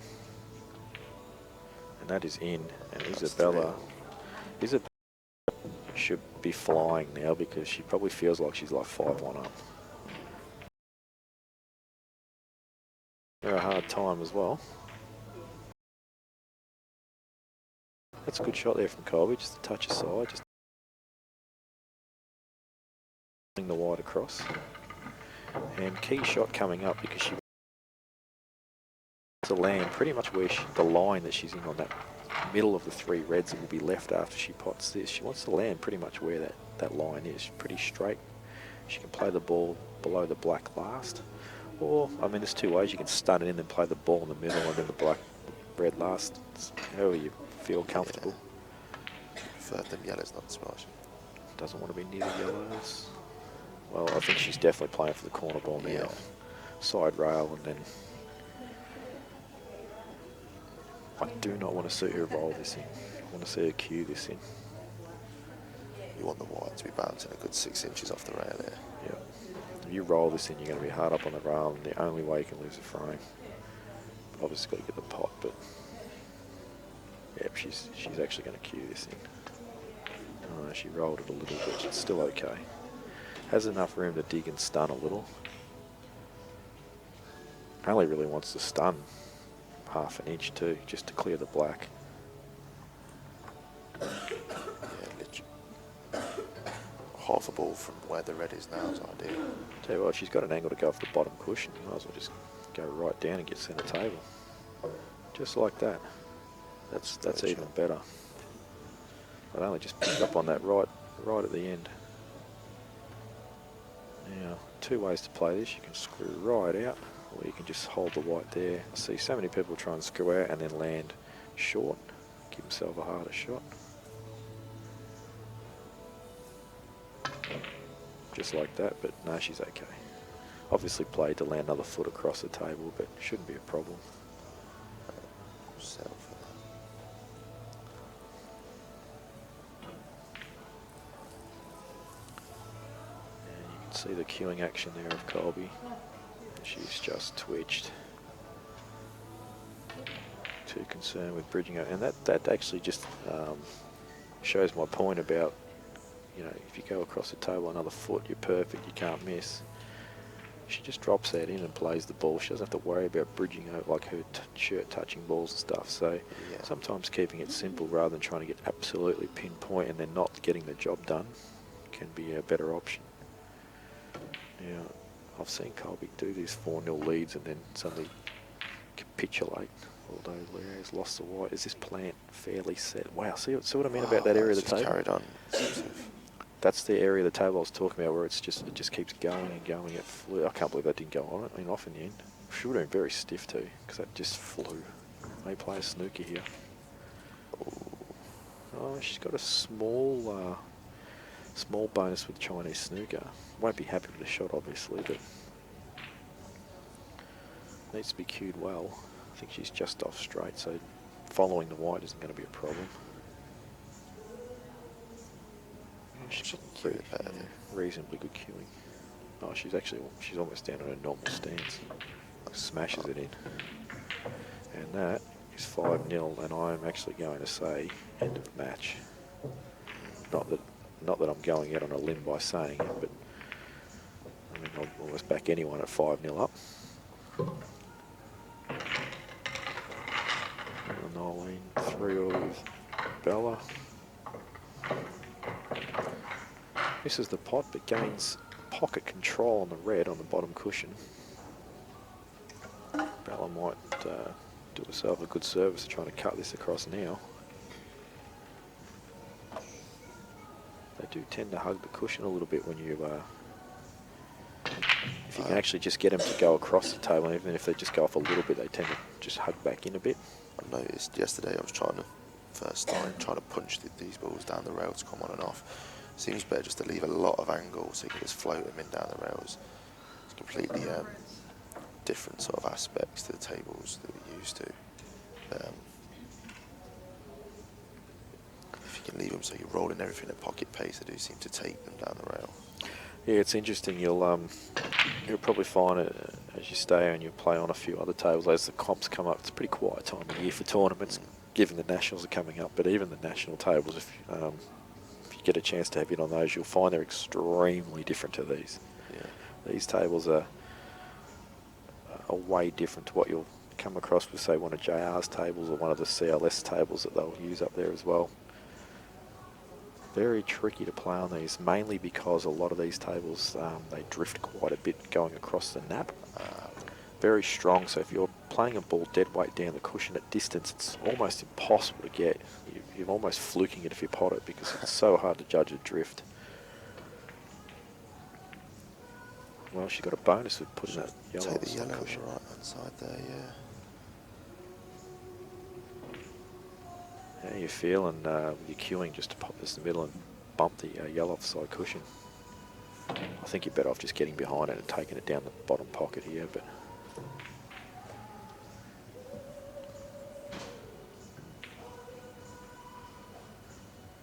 see, that's a shot that I can use an example that you could do more with. You could screw out off that, give yourself all these options. This is a great shot. Well there. What a great shot that is from Nolene. I didn't think she had the angle to do that from where. I thought she was dead straight, which is why I made the comment, but I love it when they put egg on my face, so it happens so often. This is a key shot coming up here. Transition to the last yellow could be tricky. How's her angle? Can she cheat enough top of the this pocket? through, yeah. Play it to the near side of the pocket. Just checking out now. Wants to land high rather than low on this. So that way, so when I say this, she wants to come further in the table than not enough. Yeah. And that looks, oh no, she'd have preferred another. you may have to screw off this now. This is actually a tough shot to screw off. Play the black in the same hole, or? Yeah. It's actually not as simple as it looks. No, because I think she's definitely going to touch the black while she's topping through. Might be able to just sneak past it without hardly moving it. Play it in the bottom right. I think she'd have took that before the start of the shot. Should be okay with this. Here's a good that you actually play soft screw with. Yeah. Or I don't know about jacking up like this. This is actually madness. Shit is too thin. I tell you what, when you actually jack up like that, the chance of hitting it too thin is maximised. Yeah. We didn't even need to see that. It always seems to be the case. Yeah, I actually hope she goes back and looks at that, and when she watches herself jack up, I reckon she'll even think to herself, why am I doing this? Just you kill it exactly the same, just hit the white ball low. Unless she was worried about, I don't know, potting the red or The something. only time to do that's for if you're worried about a double hit, which there was no danger of with playing a quarter ball cut. Now, what's Isabella going to do here? Because if I know her, she's going to try and develop this red. Pot that screw into the red. She really just wants to be, I mean, probably playing sort of towards the plant but topping through to snooker. yeah, that's all I'd be doing here, to be honest. Or even if the top one goes, just float that one in and then push the other one over the hole. Yeah, this is what I'd pot Yeah. this, and then I'd just basically put this one over the pocket. Yeah, that's good. Is she looking at going underneath? I mean, it might go. If it does go, then it's happy days. You've got to be absolutely sure, though, that you do pot this. Because although you get the bag, it looks like you will be leaving the double if you don't.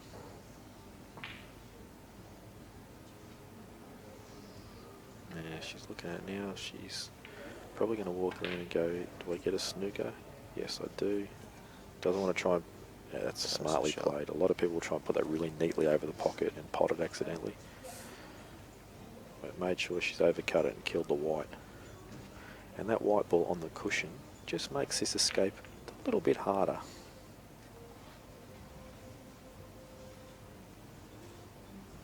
Up and down is really the only option. Try and hit it sort of half ball and good pace just to leave your white ball touching the red would be a good shot.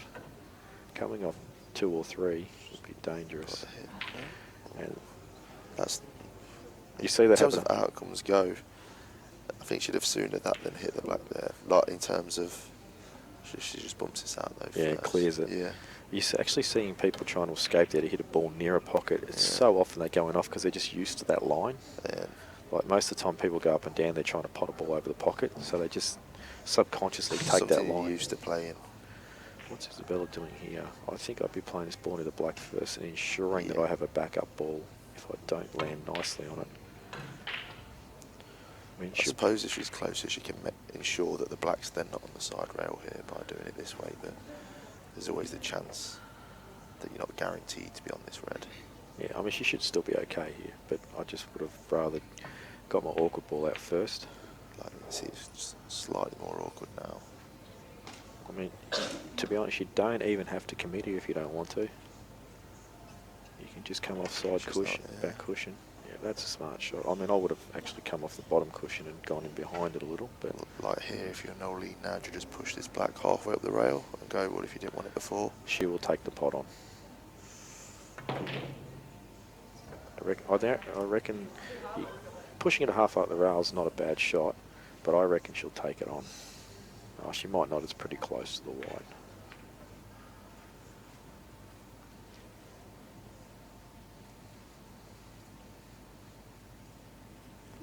She jacks up like she did before. There's all sorts of hell could break loose. She's taking the pot on. I thought she would. She likes to have a dip. White ball's in off. And this should be a certainty for Isabella. And this will be the first time in the match that she'll be able to take the lead. Isabella, do not put this straight. That's a little better. Maybe in between the two you just decided. I would be putting this pretty much just to the right-hand side of the centre. That's better.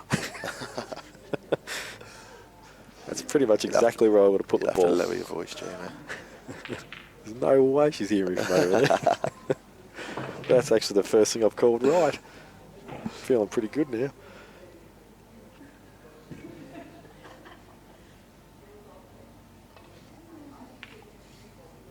Oh, that is... Okay, that is a really good lesson out there for anyone. Even though you've got two shots, that ball is such an easy pot, just punch it in. Just punch it in. You've got good cueing, punch it in. You'll actually notice too, if you go back and rewind that, she didn't even pause on her feather like she normally does. Have a bit of a pause. She just went feather, feather, hit. I still actually expected to pot this. Oh, it's just gone in. And she's actually done that for the crowd, folks. She had full control of what was going on there. And just Little said, smile there as well to herself. look at this. See, there was no pause at all. It's just feather, feather, feather. Now, later on in the match, when she's amongst the balls and she's potting balls, you will see that she has a pause in her action. She has a very nice pause. It's not massively long, but it's there and it's important, and she just didn't do it then. It's nice to have that pause, but you do see a lot of youngsters who deliberately put it in there, and it seems like unnatural sometimes. And it's in terms of like snooker players in particular as well. They say obviously a nice like control pause, but you see some players that they try and think too much about that, and then they have struggling actually releasing and accelerating through the cue ball.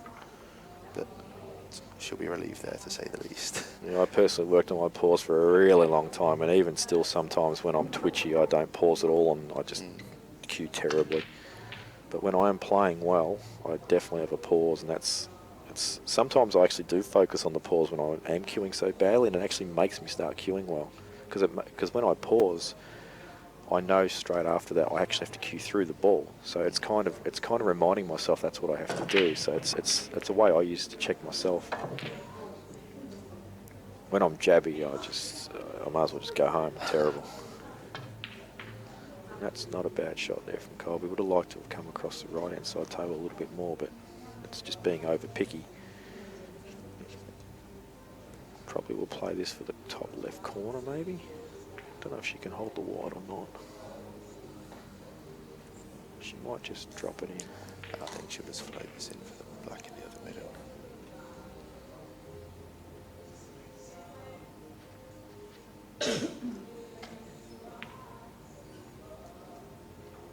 Jeez, I tell you what, Dan, her cue looks red. Alright, she's playing for the corner. Oh, she's missed it by a foot. Well, I reckon she actually took too long on that. She's 5-0 up, and you're flying. You just get down and knock it in. Stop thinking about where you're going to play. Just get down, knock it in, and bang this in the corner like Rio's about to now. Or roll it in. Oh, Whoa. Well, she knew that if she did put that over the hole, she had a tough shot for Colby to play. Should be smiling now, just avoided the donut, so Yeah, she'll be feeling a bit better. that'll be the first thing to avoid. Yeah, look, potential turning point. We've said it many times. I mean, there's a long road ahead, but 5-1 now rather than 6-0 sounds much nicer. At this stage, if I was with the double chance format that two girls currently playing, you just sort of want to make a bit of a challenge now, so that if she does go on to win the next against the winner of this, just to know that there is a match to be played in the final. Is if Colby goes on to win, will they have to win 2 matches against Colby? Is it like a double elim or just a final? No, it's just a final. Yeah, there's no double chance.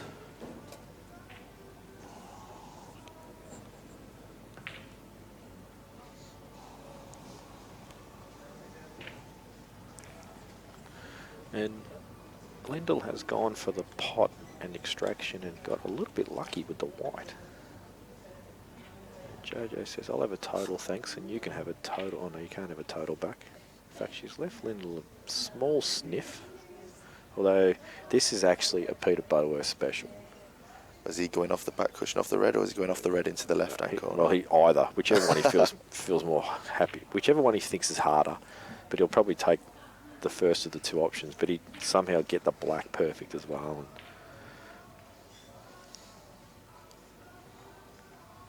Butters will be wrapped here as calling that stuff. And the Mark Robertson approach would have just been to try and get that over the kick or pot it and land fat on the black in the middle. That's a good shot there from Jojo. Look at that. Actually, a bit of a bonus as well. She puts her hand up, but Going to be the DF now. You'd have thought red onto yellow onto red. Yeah, it's the only shot.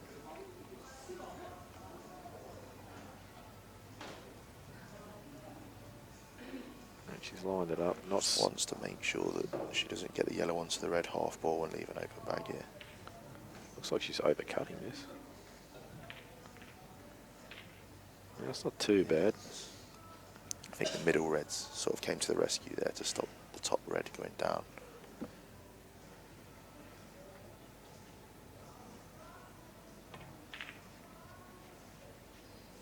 I actually don't think I would have played that first shot. Well, actually, what am I talking about? I would have. But I would have given it a bit. I would have blasted out and taken white at the top of the table. White. Ooh. All sorts of theatrics going on, but that yellow is available. But trusting to a touch of luck with the white ball for position on the black, because this is pretty thin.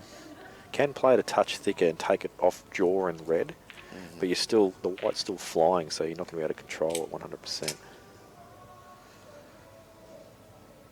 I think I'd try and be loading this with a bit of right to go off 2 and, like I say, trust the look. Go anywhere in the region of the black and red, hope for a nice little nudge. So it'd be nice if the yellow's a bit further up and you just go around the back of the black. Hasn't hit it thick enough, thin enough. Yeah, I think that black still does pass the bottom left, but not to the centre. But Jojo's got some breathing room here. She just plays a couple of smart shots.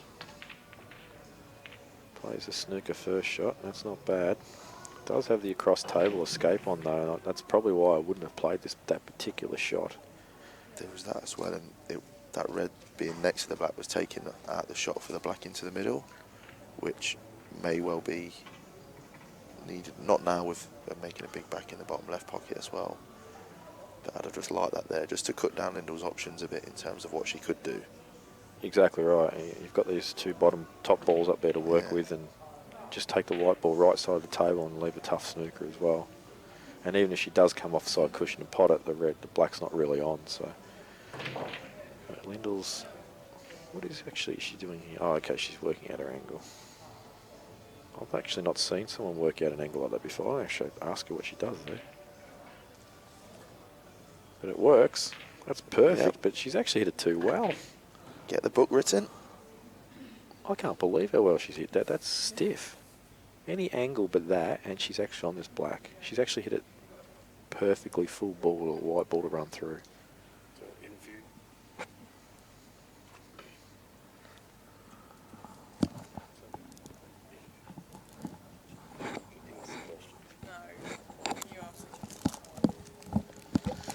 All right, while these matches are still going on, Colby and Rio are taking their interval. 6 frames have been played.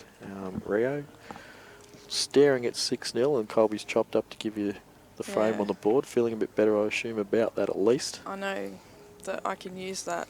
If I can just get a few frames in and I know what she's like sometimes mentally. I might be able to come back and take this frame if I can get under her skin. I'm so tired though. I'm struggling. And I don't know if you saw it, but I got biggest kick before, and it's sort of, it's niggling at me, stuff like that. So Any gotta keep positive. you got any like specific strategies to try and tackle her for the rest of this match to claw your way back into the match, or? I think just make sure I can get this next frame, and then hopefully she'll lose the plot. All right, so you Yeah. heard it first, ladies. Rio knows Colby, and she's trusting Colby to lose the plot after another frame lost. What do you reckon? Do you think I'm on some? It's certainly something I've used before in the past with her. So, Yeah.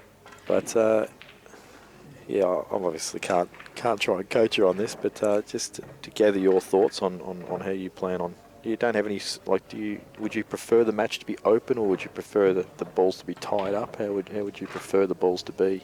Oh, I'd prefer them to be open. So you want to continue your attacking, Yeah. aggressive Yeah, style. I'm not gonna change how I've been doing. I just gotta look. I feel like I've been getting a bit of I haven't been having the run of the balls. I've chopped up too, but it's not always going to stay that way. So I just got to keep telling myself things are going to swing. So hopefully time is now. Yeah, and obviously the key is when you do get your chances, that's the time to take them. Yeah. And then things can swing around. Mhm. All right. Anyway, I better get back to it. All right, and we're waiting for Colby, are we? Oh no, she's not- waiting for me. Oh, so she's not doing an interview? Oh, I can ask her. Yeah. I'd prefer you didn't. Okay. All right. Well, we won't. She comes over, she comes over. Righto. Thanks, Rio. Later. Good luck for the rest. And just bear in mind as well that the loser of Rio and Colby actually have a double chance, so they're not out of the comp. They earned that by finishing first and second on the ladder. As we just watched Lyndall pot a nice black to take 5-2 lead.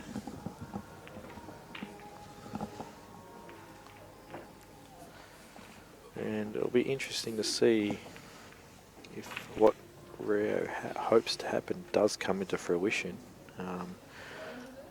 Naturally, she's not just solely hoping for Colby to lose the plot, but she believes that her chances will come, and she just needs to take those chances when they're there. So, and that's a pretty good way to look at it, rather than worrying about being 5-1 down. Meanwhile, this is actually a really good frame for Isabella to play, because I want to see how she tackles it, because it's not a straightforward out. You either got to try and develop the ball, which is what she's looking at right now. And I'll tell you what, any contact on the right hand side of the red almost ensures you're going to split open those balls. So anything full or to the left of this red, and you're pretty much perfect. Yeah, they're right under the 3 reds. Surely. Oh, she's hit it too thick and gone wide. But Force is no lean there to do the work for her now, in terms of getting that out, because she's guaranteed to be opening things up. yeah, I think she's better off just smothering the balls here with this. Pushing the other down to the front, sticking the red on top. Yeah, if you can actually get through to the middle one without causing any disturbances, I'd be playing the middle of the 3 and just trying to cause some traffic. Wow, she's played a crazy shot. She's actually played for the plant, 3-ball plant across the right hand side of the table, and caught it too thin. But look at the result. Yeah. It's not a bad result. It's twice she's actually done that to Isabella, where Isabella's had some pretty good control, and then suddenly she's played a pretty aggressive style of shot, and then suddenly Isabella's balls are nowhere near as comfortable as what they were. And do you play the overcut on this and just get the can on the black and yellow? Yeah, I was just trying to see from the yellow that's next to the black, what sort of, if it's hitting the red full ball, so the red bounces on and off the bottom rail. Oh, she's going for the yellow into it. Oh, that could not have worked out any worse if you put them there with your hand. The only thing that could have been worse with this is being snookered by those 2 yellows. She may be actually better off backdooring this. She's looking at a safety, which is probably the smarter shot. But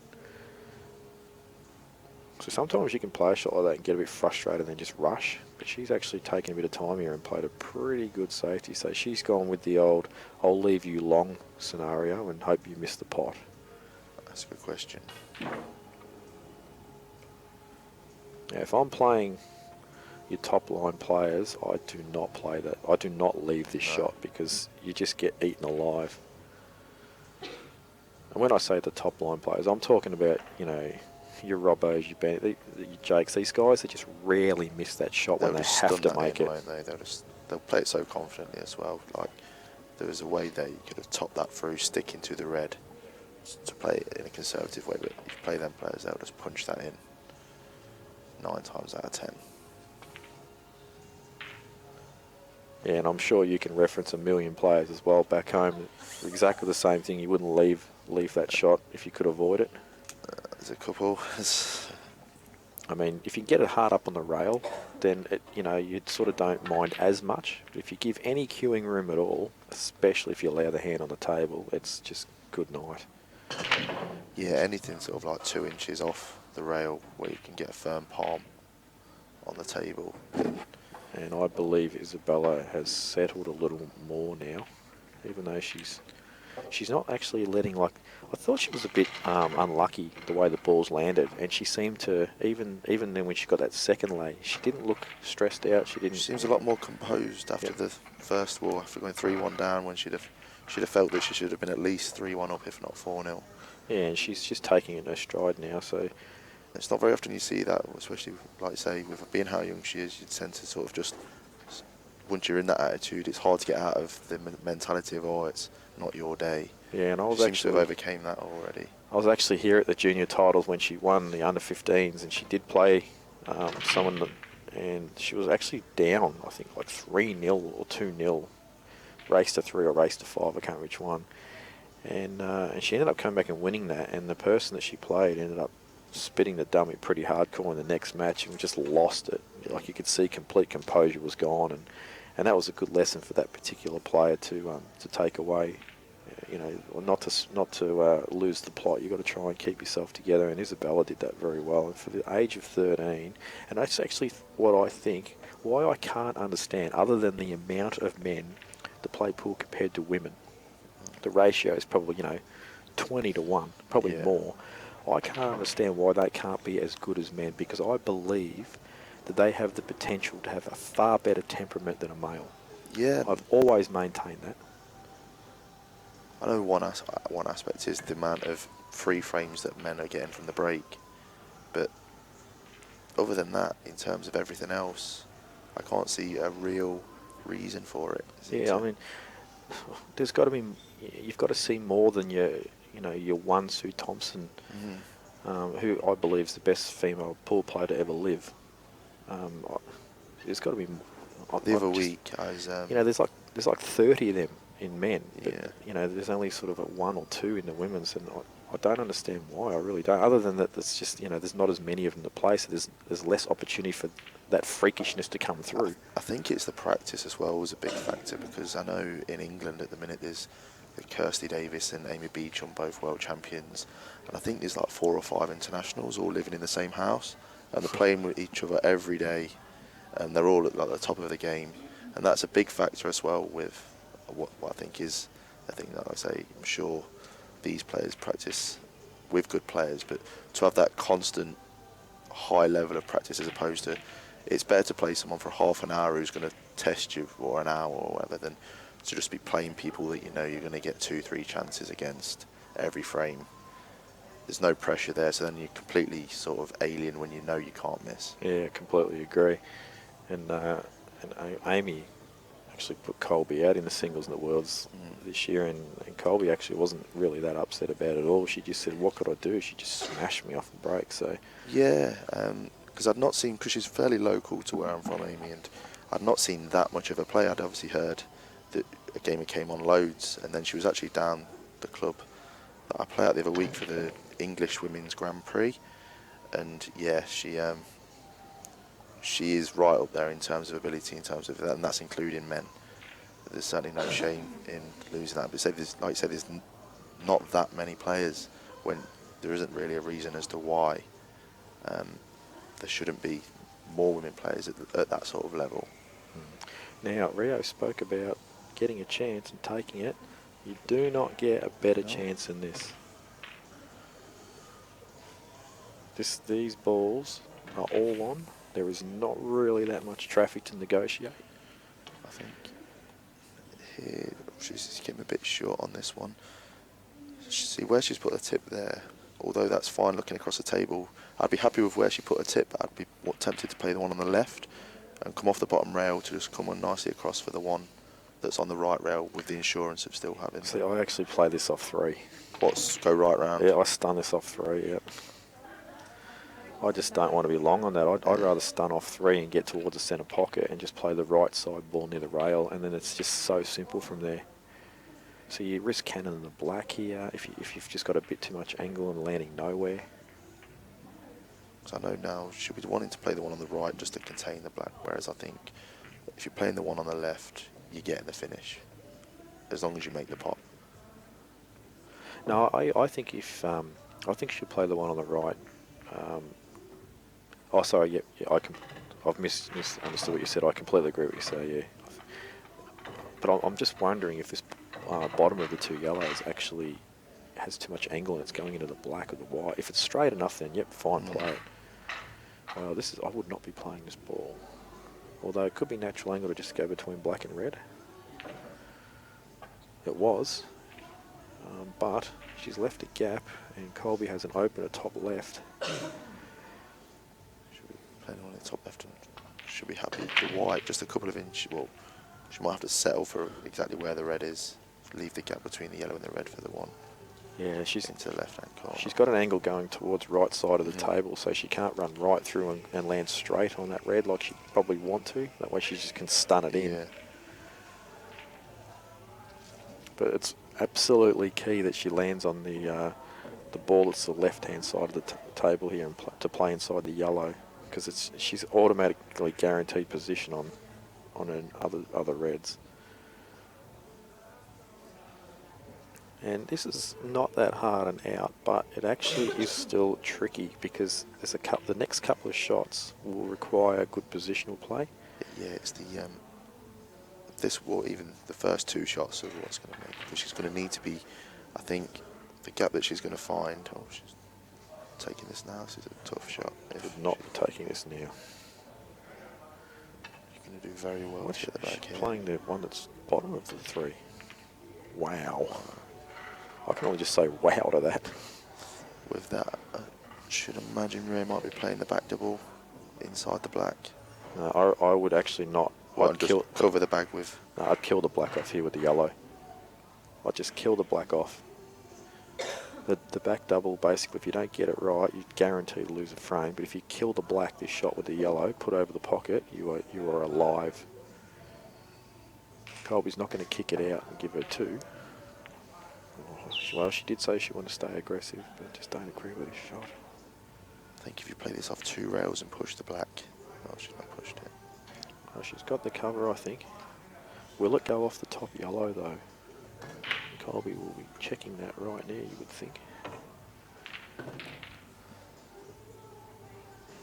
I'll tell you something else Colby does as well, even though she's 5-1 up. If she starts to miss a couple of balls, she starts to take an insanely long amount of time between shots, and she loses her flow. Now, we've talked about this countless amount of times, and it's something I reckon she still hasn't quite fixed up yet.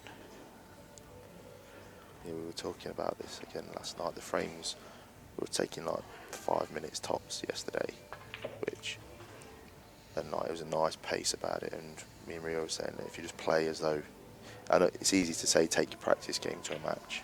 Obviously, these pair both are very competitive, but so the pace has dropped dramatically in terms of like going around a table, being maybe a bit too extra cautious in terms of. That's exactly what it is. It's overthinking, looking at all the possible ways to pot out, or the possible ways things can go wrong. and then suddenly they do. Like in practice, you're there enjoying yourself, thinking, "Oh, just do that, do that." You're looking at positives. You're not thinking, "Oh, this is why," or this. If you lose, you lose in an aspect. And it's players with that sort of mentality. Like if you watch like Jake, from what I've seen of him, for example, he seems like he's not got a care in the world when he's playing, and he just seems like so aloof around the table. Just Spot like, on. yeah. Excellent shot that from Colby, and she's given herself every chance to win this frame now. She will want to stun this in and give herself an angle to stun down to the table and try and land right behind this black, so she gives herself the easiest pot off the yellow. Actually, that's probably as good as she could have played it because she had an angle going across table. Does want to screw off this a bit. Actually, she wants to screw back a fair bit off this.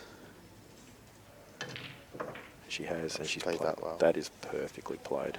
Can't actually put that any better. Yeah, a big shot coming up here. Context of the match. I know it'll only be 5-2 if she was to lose this frame, but it's what Rio's actually wanted. She said she needs to win the next frame. Now, how will Rio react if she doesn't win this frame is the question. How will she readapt herself to stay in this match? I think at this stage it's just like I say, Played it well. Played it very well.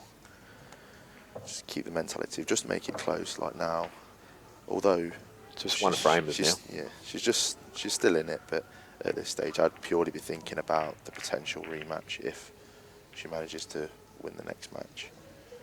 Like, if she can potentially win 2 or 3 in a row, just so that when you come back you can think, right, well, after the dodgy start I weren't feeling great in the morning, I was 5-0 down, and then from that point on I've won 4-2. If you go in with that sort of mentality into the final, if it does happen to get there at this stage, that's sort of look for the positives.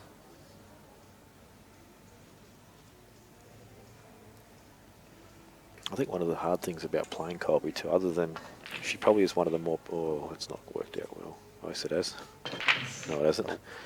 Apart from being one of the more powerful potters in the women's game, she also isn't stupid tactically either. So if you try and shut her down, she's actually got the ability to play that game. But I reckon sometimes if you slow her down, she does that.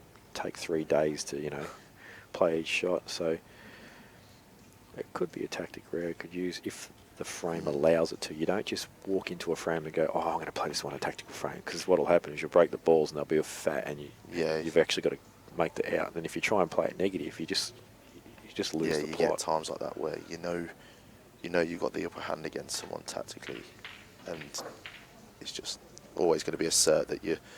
There's been cases where you've been in competitions before, and I've even gone to the extent of soft breaking, and you leave absolute hangers and giving your main advantage away. No, we'll stick with this frame. Just see it out. If you do want to follow the Colby Rio match in the bottom right-hand corner of your screen, interested to see how Nolan plays this out day. Good opening pot, and I'm pretty sure this does go off the yellow, but she needs to just make sure the white ball stays in control here. Jaws held there. In Noeline fashion, just bangs it in and says, "Oh, just don't you worry about the white ball, I've got that under control." And she will keep 2 on the black. Now, she'll either double this or just promote to the centre, depends on how she feels. Oh, and Rachel's been awesome and brought us over some lollies, which I shouldn't be eating because I'm trying to eat good, but I will. And she's gone tops. Yellow. Oh, that's actually just a smidgen unlucky. I mean, yes, the shot was there, but it still is, I think, a little unfortunate.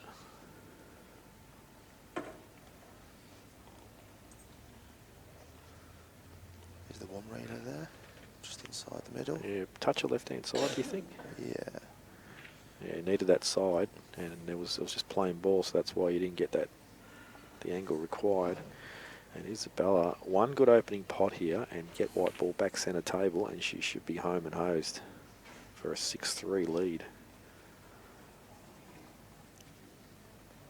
Now, if she doesn't like this pot for some unknown reason, she can promote the bottom ball in bulk and just give herself 3 simple roll-ins rather than trying to take that more difficult pot on first.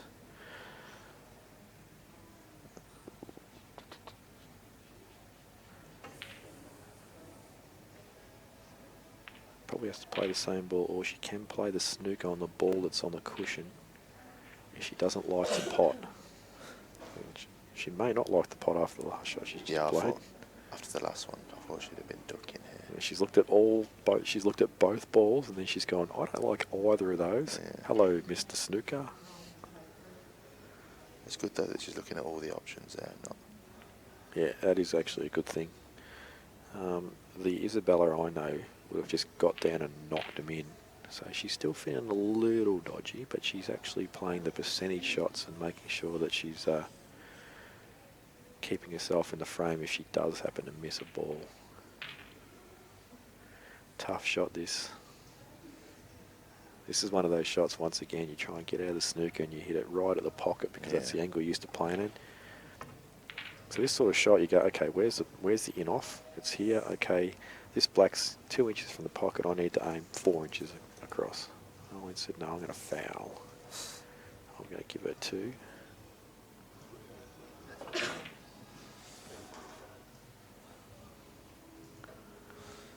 Looks like Rio's breaking and clearing down bottom right of the screen. Yeah, she's going to be spewing if this isn't on the screen. We want Well, it is on the screen, but not on the screen. But yeah, you're right, she will be. Oh, wow, that's a bad shot from Nolene because she's actually left that yellow one underneath. And Isabella should probably take this ball long. And Rio has knocked that black in to go 6-2. And you know what's funny is Colby won't even care about that because she didn't get a say in it. That's it. Just makes it interesting that that last frame out, Rio did say that she wanted that frame for 5-2. Exactly. 5-3 now. Exactly. Oh, great that's a shot. great Yeah, she can play the roll down. The only thing you don't do with this is, well, actually, just got to get the pace right. Yeah. Overcutting or undercutting it can both be a disaster. It's a good shot. And she's feeling pretty good now. 6-3. I would expect Isabella to probably win from this big advantage, scoreboard-wise.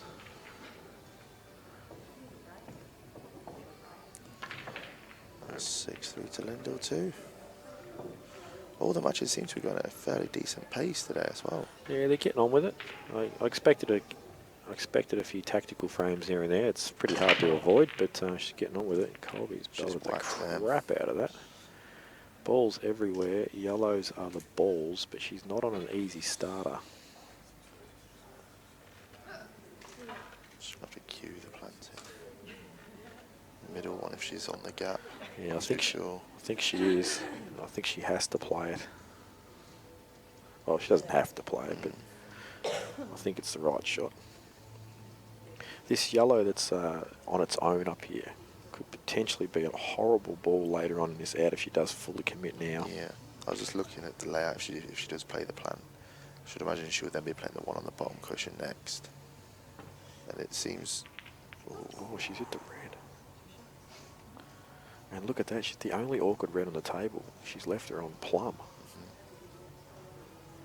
Rio, actually, in hindsight, it'd be filthy she hasn't won that last frame because she could potentially go 5-4 now. But anyway, she's 6-2 and a good chance for 6-3.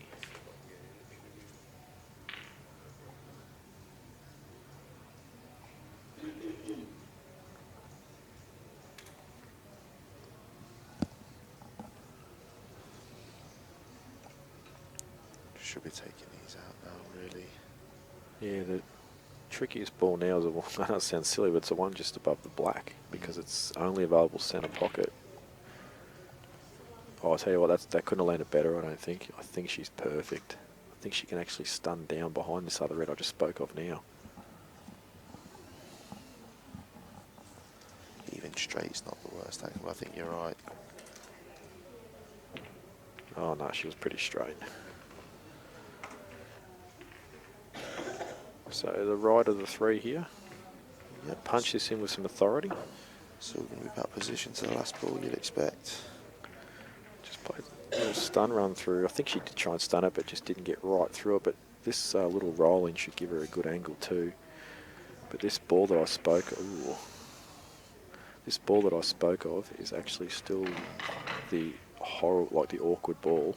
Because I thought the last shot just there would have been the soft screw that you're mentioning, just to leave a nice angle, just to go one rail, because otherwise she could have potentially landed low, which this yellow that's about a foot away on the left-hand side, the one near the one over the hole, could cause problems going off the side rail for the red in the middle, which is where she'll be playing for. Right, That's yeah, a good shot. Oh, she's gone. But no, she's okay. That's a good shot, that. It's a gutsy shot, because if she does flick past the black, she's got nothing. Low percentage, but it's on it. And she may get some momentum if she takes this frame. You know, if Colby actually had any doubt at all about hitting the red there, I would have just flicked off the yellow that was by itself and just taken the white sort of to the centre pocket and said, look, you know, go and cut your throat. Yeah, you got one very bad ball, one that wasn't great either. Just need to play this a bit left. Yeah, just a touch of left or just stun it. Played it well. Short sail for that. Oh, geez, it flew. Wow, that looked like it was going to stop a good 1.5 foot shorter than that. Okay, so there's no in off, so it's just full concentration on the pot.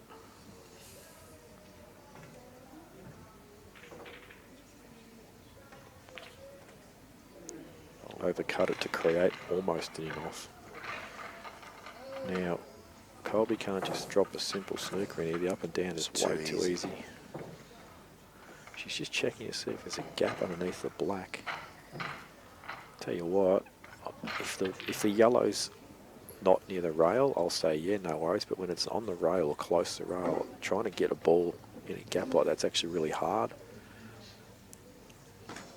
I'll tell you what I don't mind here. Play the plant, play the snooker, but get it tucked in. Yeah, touching the yellow. Yep, and sort of on the white, on the right-hand side as we look, of the middle one to start with. So you can pop that one out and send the white tight in between the bottom rail and the yellow.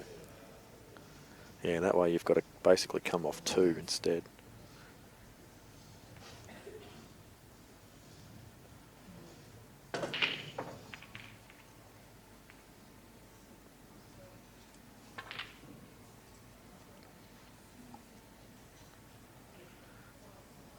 So, as one would expect, a bit of time taken on this shot because it's basically it's a frame defining shot. Maybe not so much this one, but the plan of attack to stay in this frame is.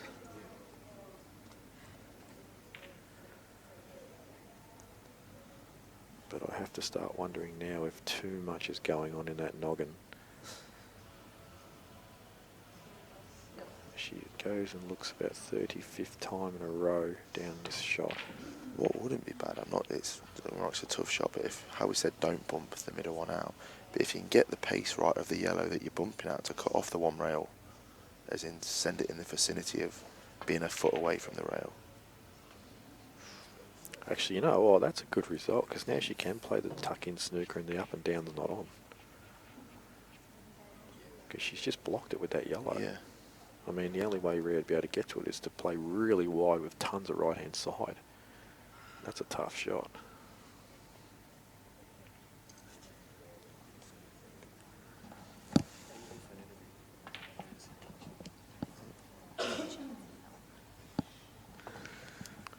So Colby has played that snooker, and now Rio's going to say, I don't like that. Have 2 and be really hard up on this black.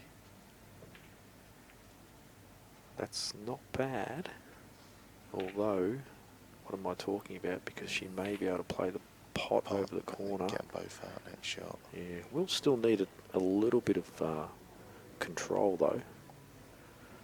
She can land as thin as possible on the bottom one to play the controlled pace, to leave that over the bag, so you're guaranteed on a ball and push the other one over the middle. Yeah. So ideally you want to be coming at least halfway back across the bottom rail here. I'm actually wondering. Actually, I don't even reckon you can double that yellow. Oh, is it too close to the black? Yeah, I reckon it is. So Rio's actually not played. Oh, I could be wrong the way she's played this, but she might just be playing to double the just one the top ball one out. out and play for time. Still, at this point, yellow's a massive favourite, really. You'd be I'd be happy being yellows here. Yeah, I prefer to be yellows in this position than reds. Although she's playing for the kick out, so I could have been wrong about that. No, that was just not the right shot. I reckon she's taken a good minute and a half before, and then she's taken probably 12 seconds on that option. So 6-3. And sometimes that last frame to get to win the match is often the hardest. Yeah, you mentioned at the start, you said you'd seen problems with closing out the match. I'm with 2 words so far. It's only been a master break and one sloppy shot, but another frame on the board and it might make things Yeah, I think start to creep in. I think 3 in a row could get things a bit twitchy. But yeah, sometimes Colby needs to just resettle herself. Like I said, she does, I believe, anyway, I could be wrong, but I believe she has a match closing out issue at times. Not always, just now and then. I've also seen her just smash people too. So, in fact, some of the guys I've seen her smashing the big guns. In fact, one night there, and sorry if I'm mentioning his name because he probably doesn't want to remember it. I remember him playing Patrick Hood one night and absolutely put on a clinic against him. And Patrick Hood, the year before, beat great players like James Delahunty. Wow. So it was a huge win for her, and yeah, it was the best I've seen her play in a long time. Yeah, I like the format of them big guns. We've not got anything like that back home.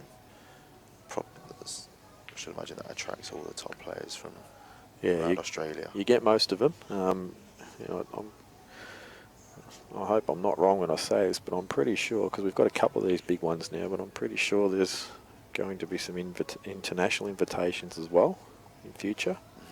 I don't know exactly the details, but I know that the grand plan was to basically try and make it a world-based event rather than Australian only. But at the moment, they were obviously just trying to secure numbers and get the format right. And at the moment, the big guns one just keeps struggling for time. The Western National, which was the one that Ron Kelly ran this year, it still struggled time-wise a little, and it's very difficult to fall within time. I think one match finished quite late at night.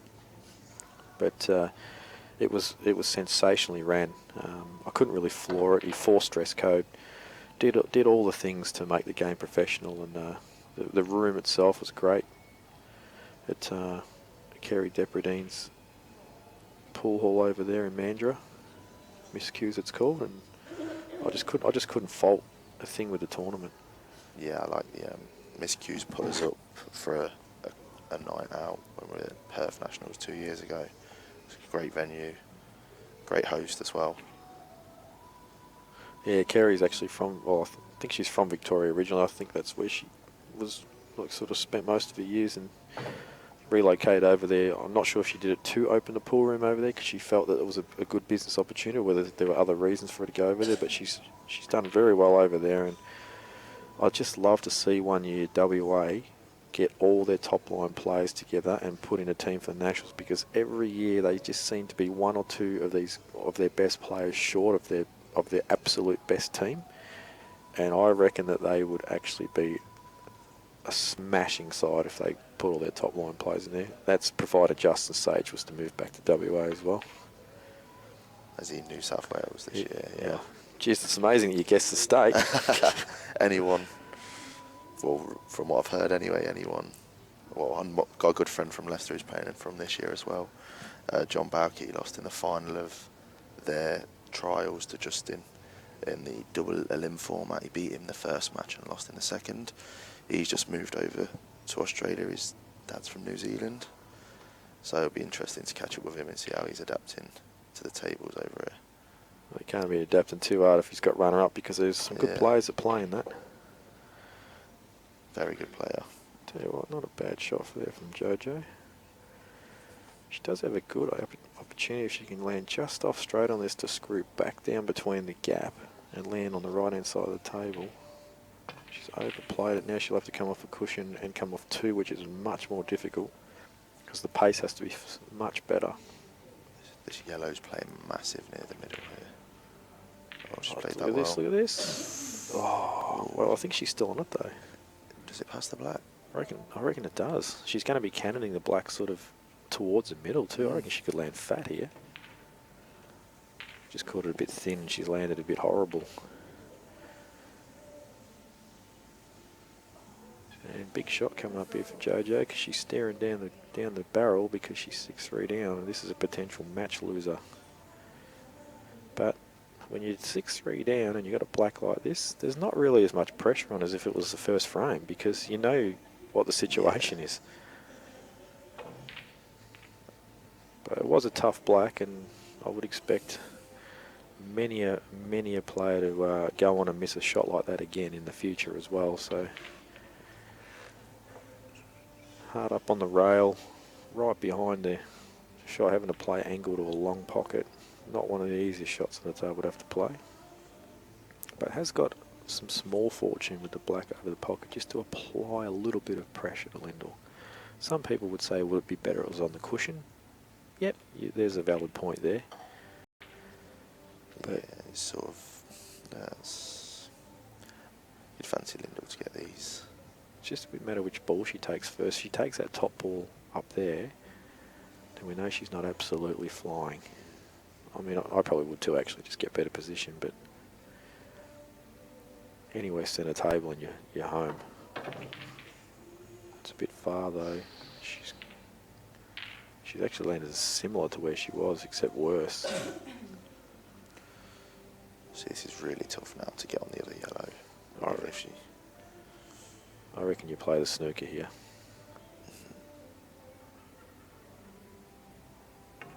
Actually, the snooker might not be that easy either. Say the snooker to trust the top through, I'd almost be tempted just to get a white in the top half of the table. Even that's not that simple to do. just screw straight back. Almost play the thinnish cut on the right hand side yellow and take the white off 2. Yeah. Looks like what she's going to do.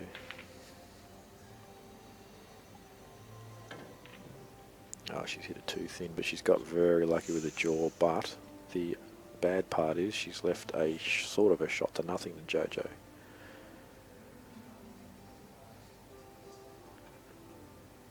JoJo says, I'm not going to muck around, I'm just going to get down and play this. That has not gone in though. And pressure time now for Lindell to either play a big shot or try and play a crazy thin cut to get the red in. No, that's not even on. Big shot for Rio as well on the outside table. Cover the back. Most times when you see that shot missed, it is undercut. Speak from much experience on that. But yeah, she hasn't really left much. The one over the hole, I think, in the top right. Lindell's just decided to get up. I thought something must have put her off there, but there was nothing really in the vicinity. But I think she just wanted to reset her angle. She's fully committing and she probably has to. That's a great shot. She doesn't want the white ball to travel too far though. No, she's okay. I think she's okay.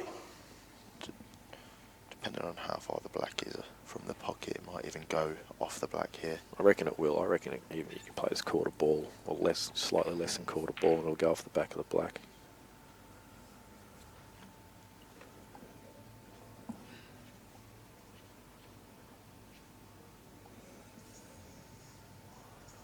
And this is Isabella, is it, for the match? Isabella has won the match after a 3-0 deficit. 3-0?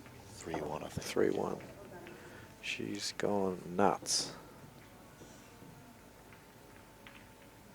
And what's the format in that tournament? Is that straight knockout?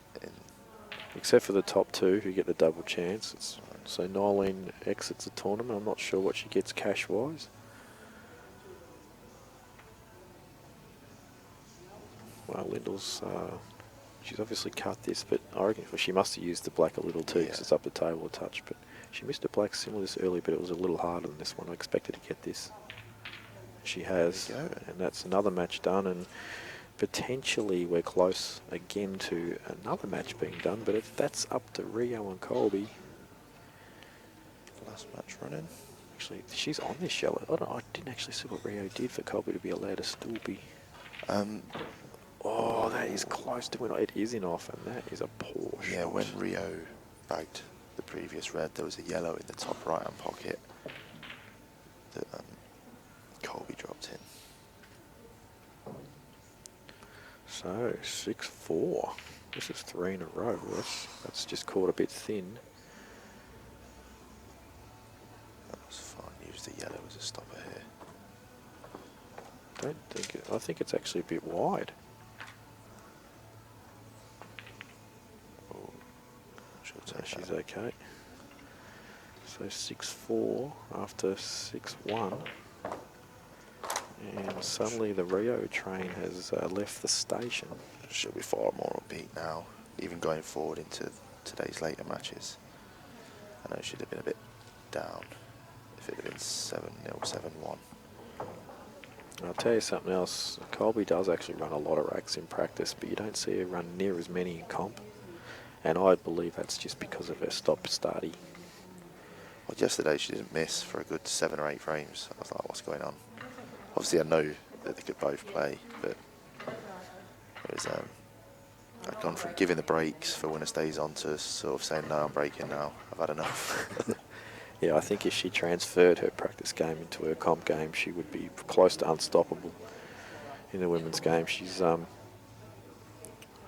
all the talent, it's just that mindset. Sometimes, I don't think it's a self-belief either. She believes and she loves the competition, but something just creeps in that it's a negative bug. Dumps the white Ben Noonan style. And we call that here a spastic.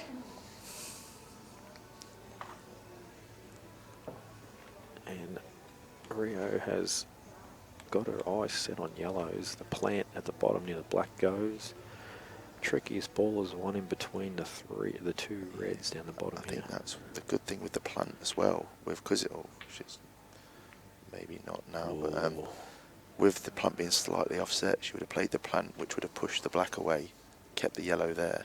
So in turn, when she'd have put the next red, the yellow would then pass where the black would have been a bit further down. It still will be if she plays the one in the top now. Do you think she can hit this full enough to still play the plant? I don't think because she needs to hit the top side of the yellow, I think. I don't She's think. playing it. Yeah, Yeah, she needed the top side. Well, now, this will be very interesting to see what Colby does here because she can commit to an out.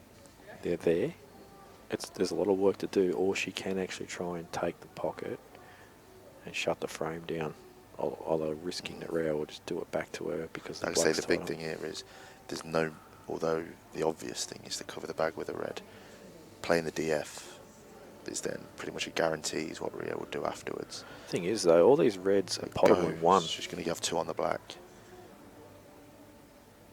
It would be up to Rio to find a way to at least try and tie up another red beforehand. I reckon this is pretty thin, trying to sit neat as well at this shot, so I don't know if she'll play it yet. No, I think she'll need to pot a ball first. But once again, there's a plan in the head, but there's a lot of mucking around going on in between. And I think she's worked out that she definitely wants to put this ball over the hole. I don't think she's going to commit.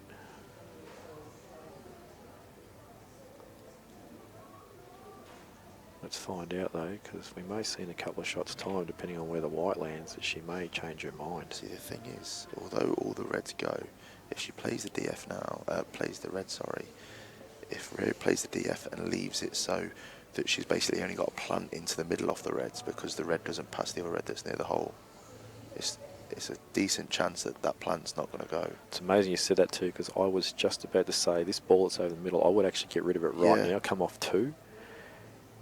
Because then you're guaranteeing yourself a shot then Colby is afterwards after the DF. And not only that, if you accidentally pot the red, because you do have to get it neat, then you'll have that ball in the middle. But I reckon she's committing. She's going for it. She's decided enough's enough. I suppose potting your balls and then covering the bag even. And the victorious Isabella Di Giorgio has joined us in the commentary box. Wants an interview, I believe. No, she doesn't.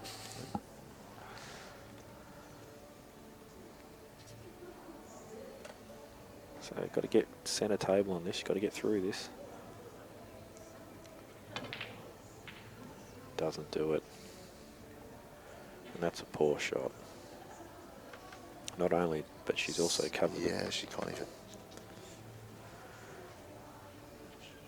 She's also got the danger here too. If she commits to the stun, bottom right, she could push the yellow into a horrible position for her onto too. the red as well, which would just make things horrible. You're almost better dragging it in and just letting the white ball contact it a little bit. You're on the ball in the middle afterwards. You see how it's still there. She's exactly what she's done. Now she's a big show. I don't think it's an issue, that yellow, because what she wants to do now, she wants to get up and down the table and get just off straight on this red on the cushion, so she can just drop it in, and then she's got the red in the middle, and I'm pretty sure that black passes, because otherwise goes. Yeah, well, I'm sure it does. do. That's why I was talking about Yeah. committing from the start. That's in, but did you notice there she actually pot that thick? Yeah, If she had a pot that thinner, she'd have been much further down the table. should have been this side of the middle pocket.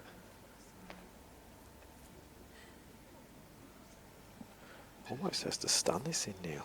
Tough I shot don't this. like this shot at all. It's a tough shot. If you do stun this, you don't leave a lot on if you do jaw it. The only thing with the pace that she'll be playing, I think if she does jaw it, it might come away and stick to the bottom yellow and sort of leave. It could be a lengthy frame if this doesn't go in. Yeah, depending on how hard she is, she might push the yellow right out of there too if she does, but no, she's decided to play it dead weight. She's actually played to sit it. See again now.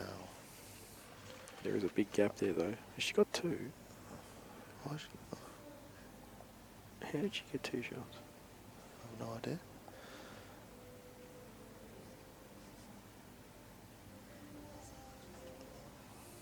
I don't recall a foul being committed in this frame. We were saying The last shot we saw, oh, maybe she hit the red. The last shot we saw Red play was a 3-ball plant. Maybe she hit the red first. oh yeah, when you were asking if it was tight, she needs to go top side to play. Yeah, yeah. Now that I know that she had two shots, she's actually gone about this out or wrong. Because this ball on the side cushion had to be pot almost instantly. Early doors, yeah. So I'd love to go back and run through the out on this frame and again with two shots, and I'm sure I'll have to do that later on. But it will actually be probably not the worst experience ever for both of us, because I'll probably have to reassess my thoughts. She might, I think she's toed, did she say? Looks it. Well, this doesn't even look on with the camera angle, but there's no way she'd be playing if it wasn't. Now, she actually has a knee reco. She may not be able to get up on the table like she wants to. She might not have the stability on her leg. Is it the right knee as well, yeah? Well, I should know the answer to that. On the spot, Jamie. Yeah, I think it is. And Tanya's been asked to go over there and just watch her foot, make sure she doesn't trip over or come off the table. So Yeah, there it's should be a her lot right of leg. pressure on that knee. She's feeling the pain. She's playing with side. No, she's fair. Well, I don't think she'll be super upset with No, that. I think that's fine.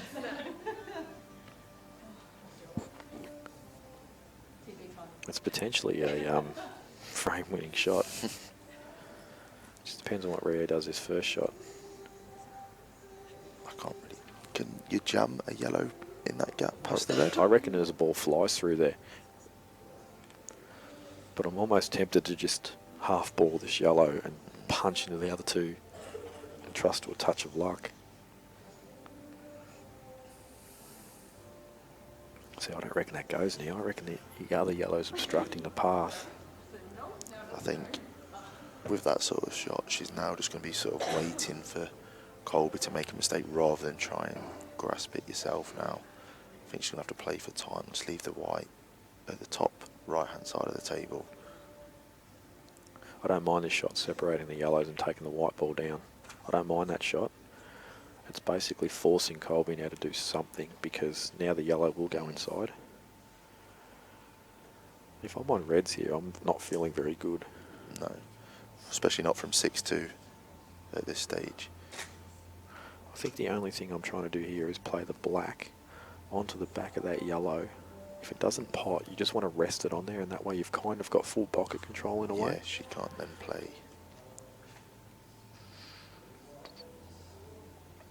This could go all sorts of ways from here in terms of fouls, deliberate fouls. This is really interesting to see what she's going to do here. Yeah, the more I look at this, the more I'm playing that shot I just said.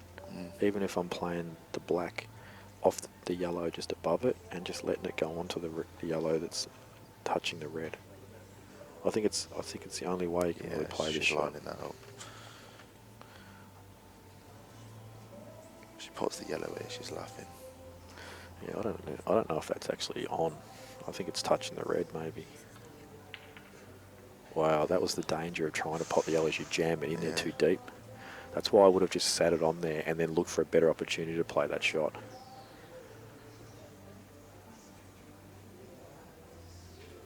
But Rio may be forced to punch this now.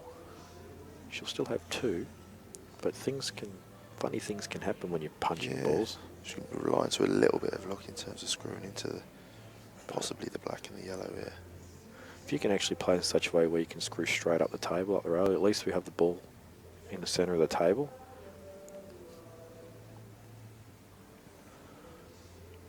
But this has really probably been the first fairly drawn out frame just because of some circumstances. She's going to be struggling to reach this as well. She's going to get the rest. Yeah, she's not the tallest of the players around. Actually, most people have got to get the rest out for this anyway. So we'll want to punch this, can't afford to just... She wants to hit this as thick as possible off the red as well. She's having she wants it out of dance. the way. Can't just fanny this in because it's got to be played with some authority. Move the red. Oh, wow, she's popped the red. Cushion first. She took a cushion first and the white ball's coming in it. And this is actually a strawberry because look at where the white's landed. The yellow give it a nice little nudge as well. Just to cushion first. And then she's popped the red because of the cushion first, yeah. This is actually missable though, Tim, because it's so close together. Yeah. You try and... It's one of these that you end up jabbing at and giving to. That's missed by a mile, but she's promoted it well. That's actually smart. Yeah. Now, if she drops this in, surely she's on the black. Maybe it's dead straight and you have to get off the side cushion. No, she's fine. She's fine and she is perfect and she will take a 7-4 win barring an absolute act of God. There we go. So a good comeback. Yeah, like you said, she'll have matches that she's... It was in for the rest of the tournament. You keep putting the wrong score up. Yeah. I know how, but really, like, what I think she's actually wondering how she's popped this red. So, Tim, I'll let you tell her. I was going to say I'm not brave enough to, so... Well, later on when she's calmed down. But yeah, basically the way she's potted for the viewers at home, because it was pretty freakish looking, but she's basically... She's accidentally come cushion first, pot the yellow, So and she's it's actually put the yellow cut the red clean in. and then thin cut the... Yeah, it's pretty stiff. But yeah, that's how she's done it. If you actually... If the red doesn't go in though, she's still got all the bad balls in because she's not played the yellow off of the red. Yeah, yep. So you're still underdog, but... I'll tell you what too, these people that have Red Bulls and energy drinks when they play pool, I don't know how they do it. It makes me shake. Oh, like my bridge hand is all over the shop. My whole body's all over the shop. I feel like I'm going to bounce off the walls when I drink a Red Bull. Nicole was in the dishes top there. Crew. Yeah, she was in two minds in which top to wear today, but that one she felt most comfortable in, fit-wise, so she wore it. She's going to wear the Cue Ball TV shirt. So we might take a break, because there'll probably be a few minutes before the next matches go on, and I need a break. 2 hours straight of commentary will do that to you. Be back soon. Do you want to know how you pot that red?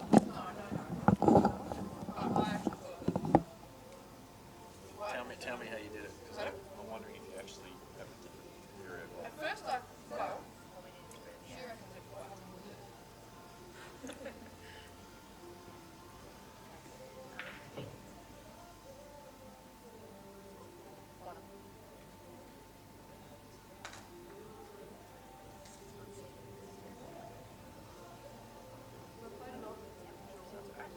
You actually deliberately played it.